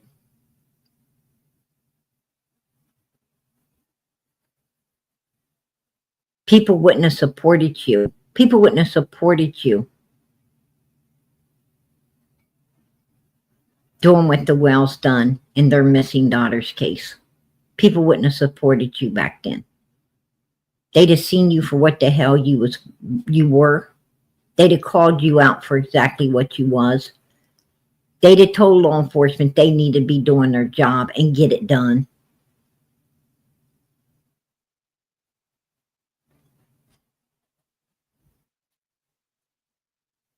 And less children would have been ending up like Summer. A lot less children would have been ending up. People would have been afraid to do something like that to a child, to any child, because they know they wasn't going to get no support. There was going to be no support. But this is an evil world. And as I said, it's a place now where evil is supposed to be good and good is supposed to be evil.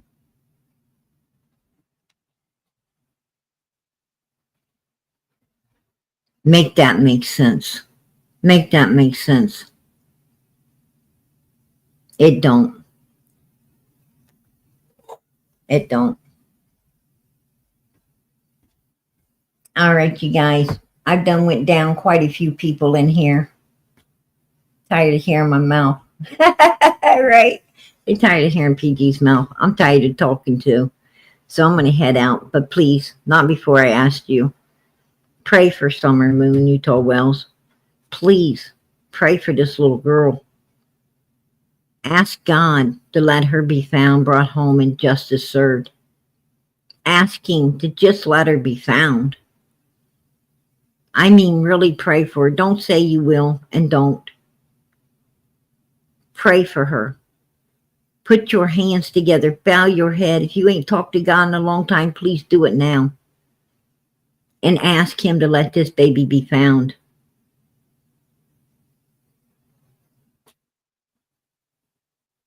She sure would appreciate it. She would appreciate it. It ain't for PG. It's for Summer. I don't give a damn about PG. I care about this little girl. Pray for her. If you don't pray for anyone else, please pray for her. Good night, everybody. God bless. Much love.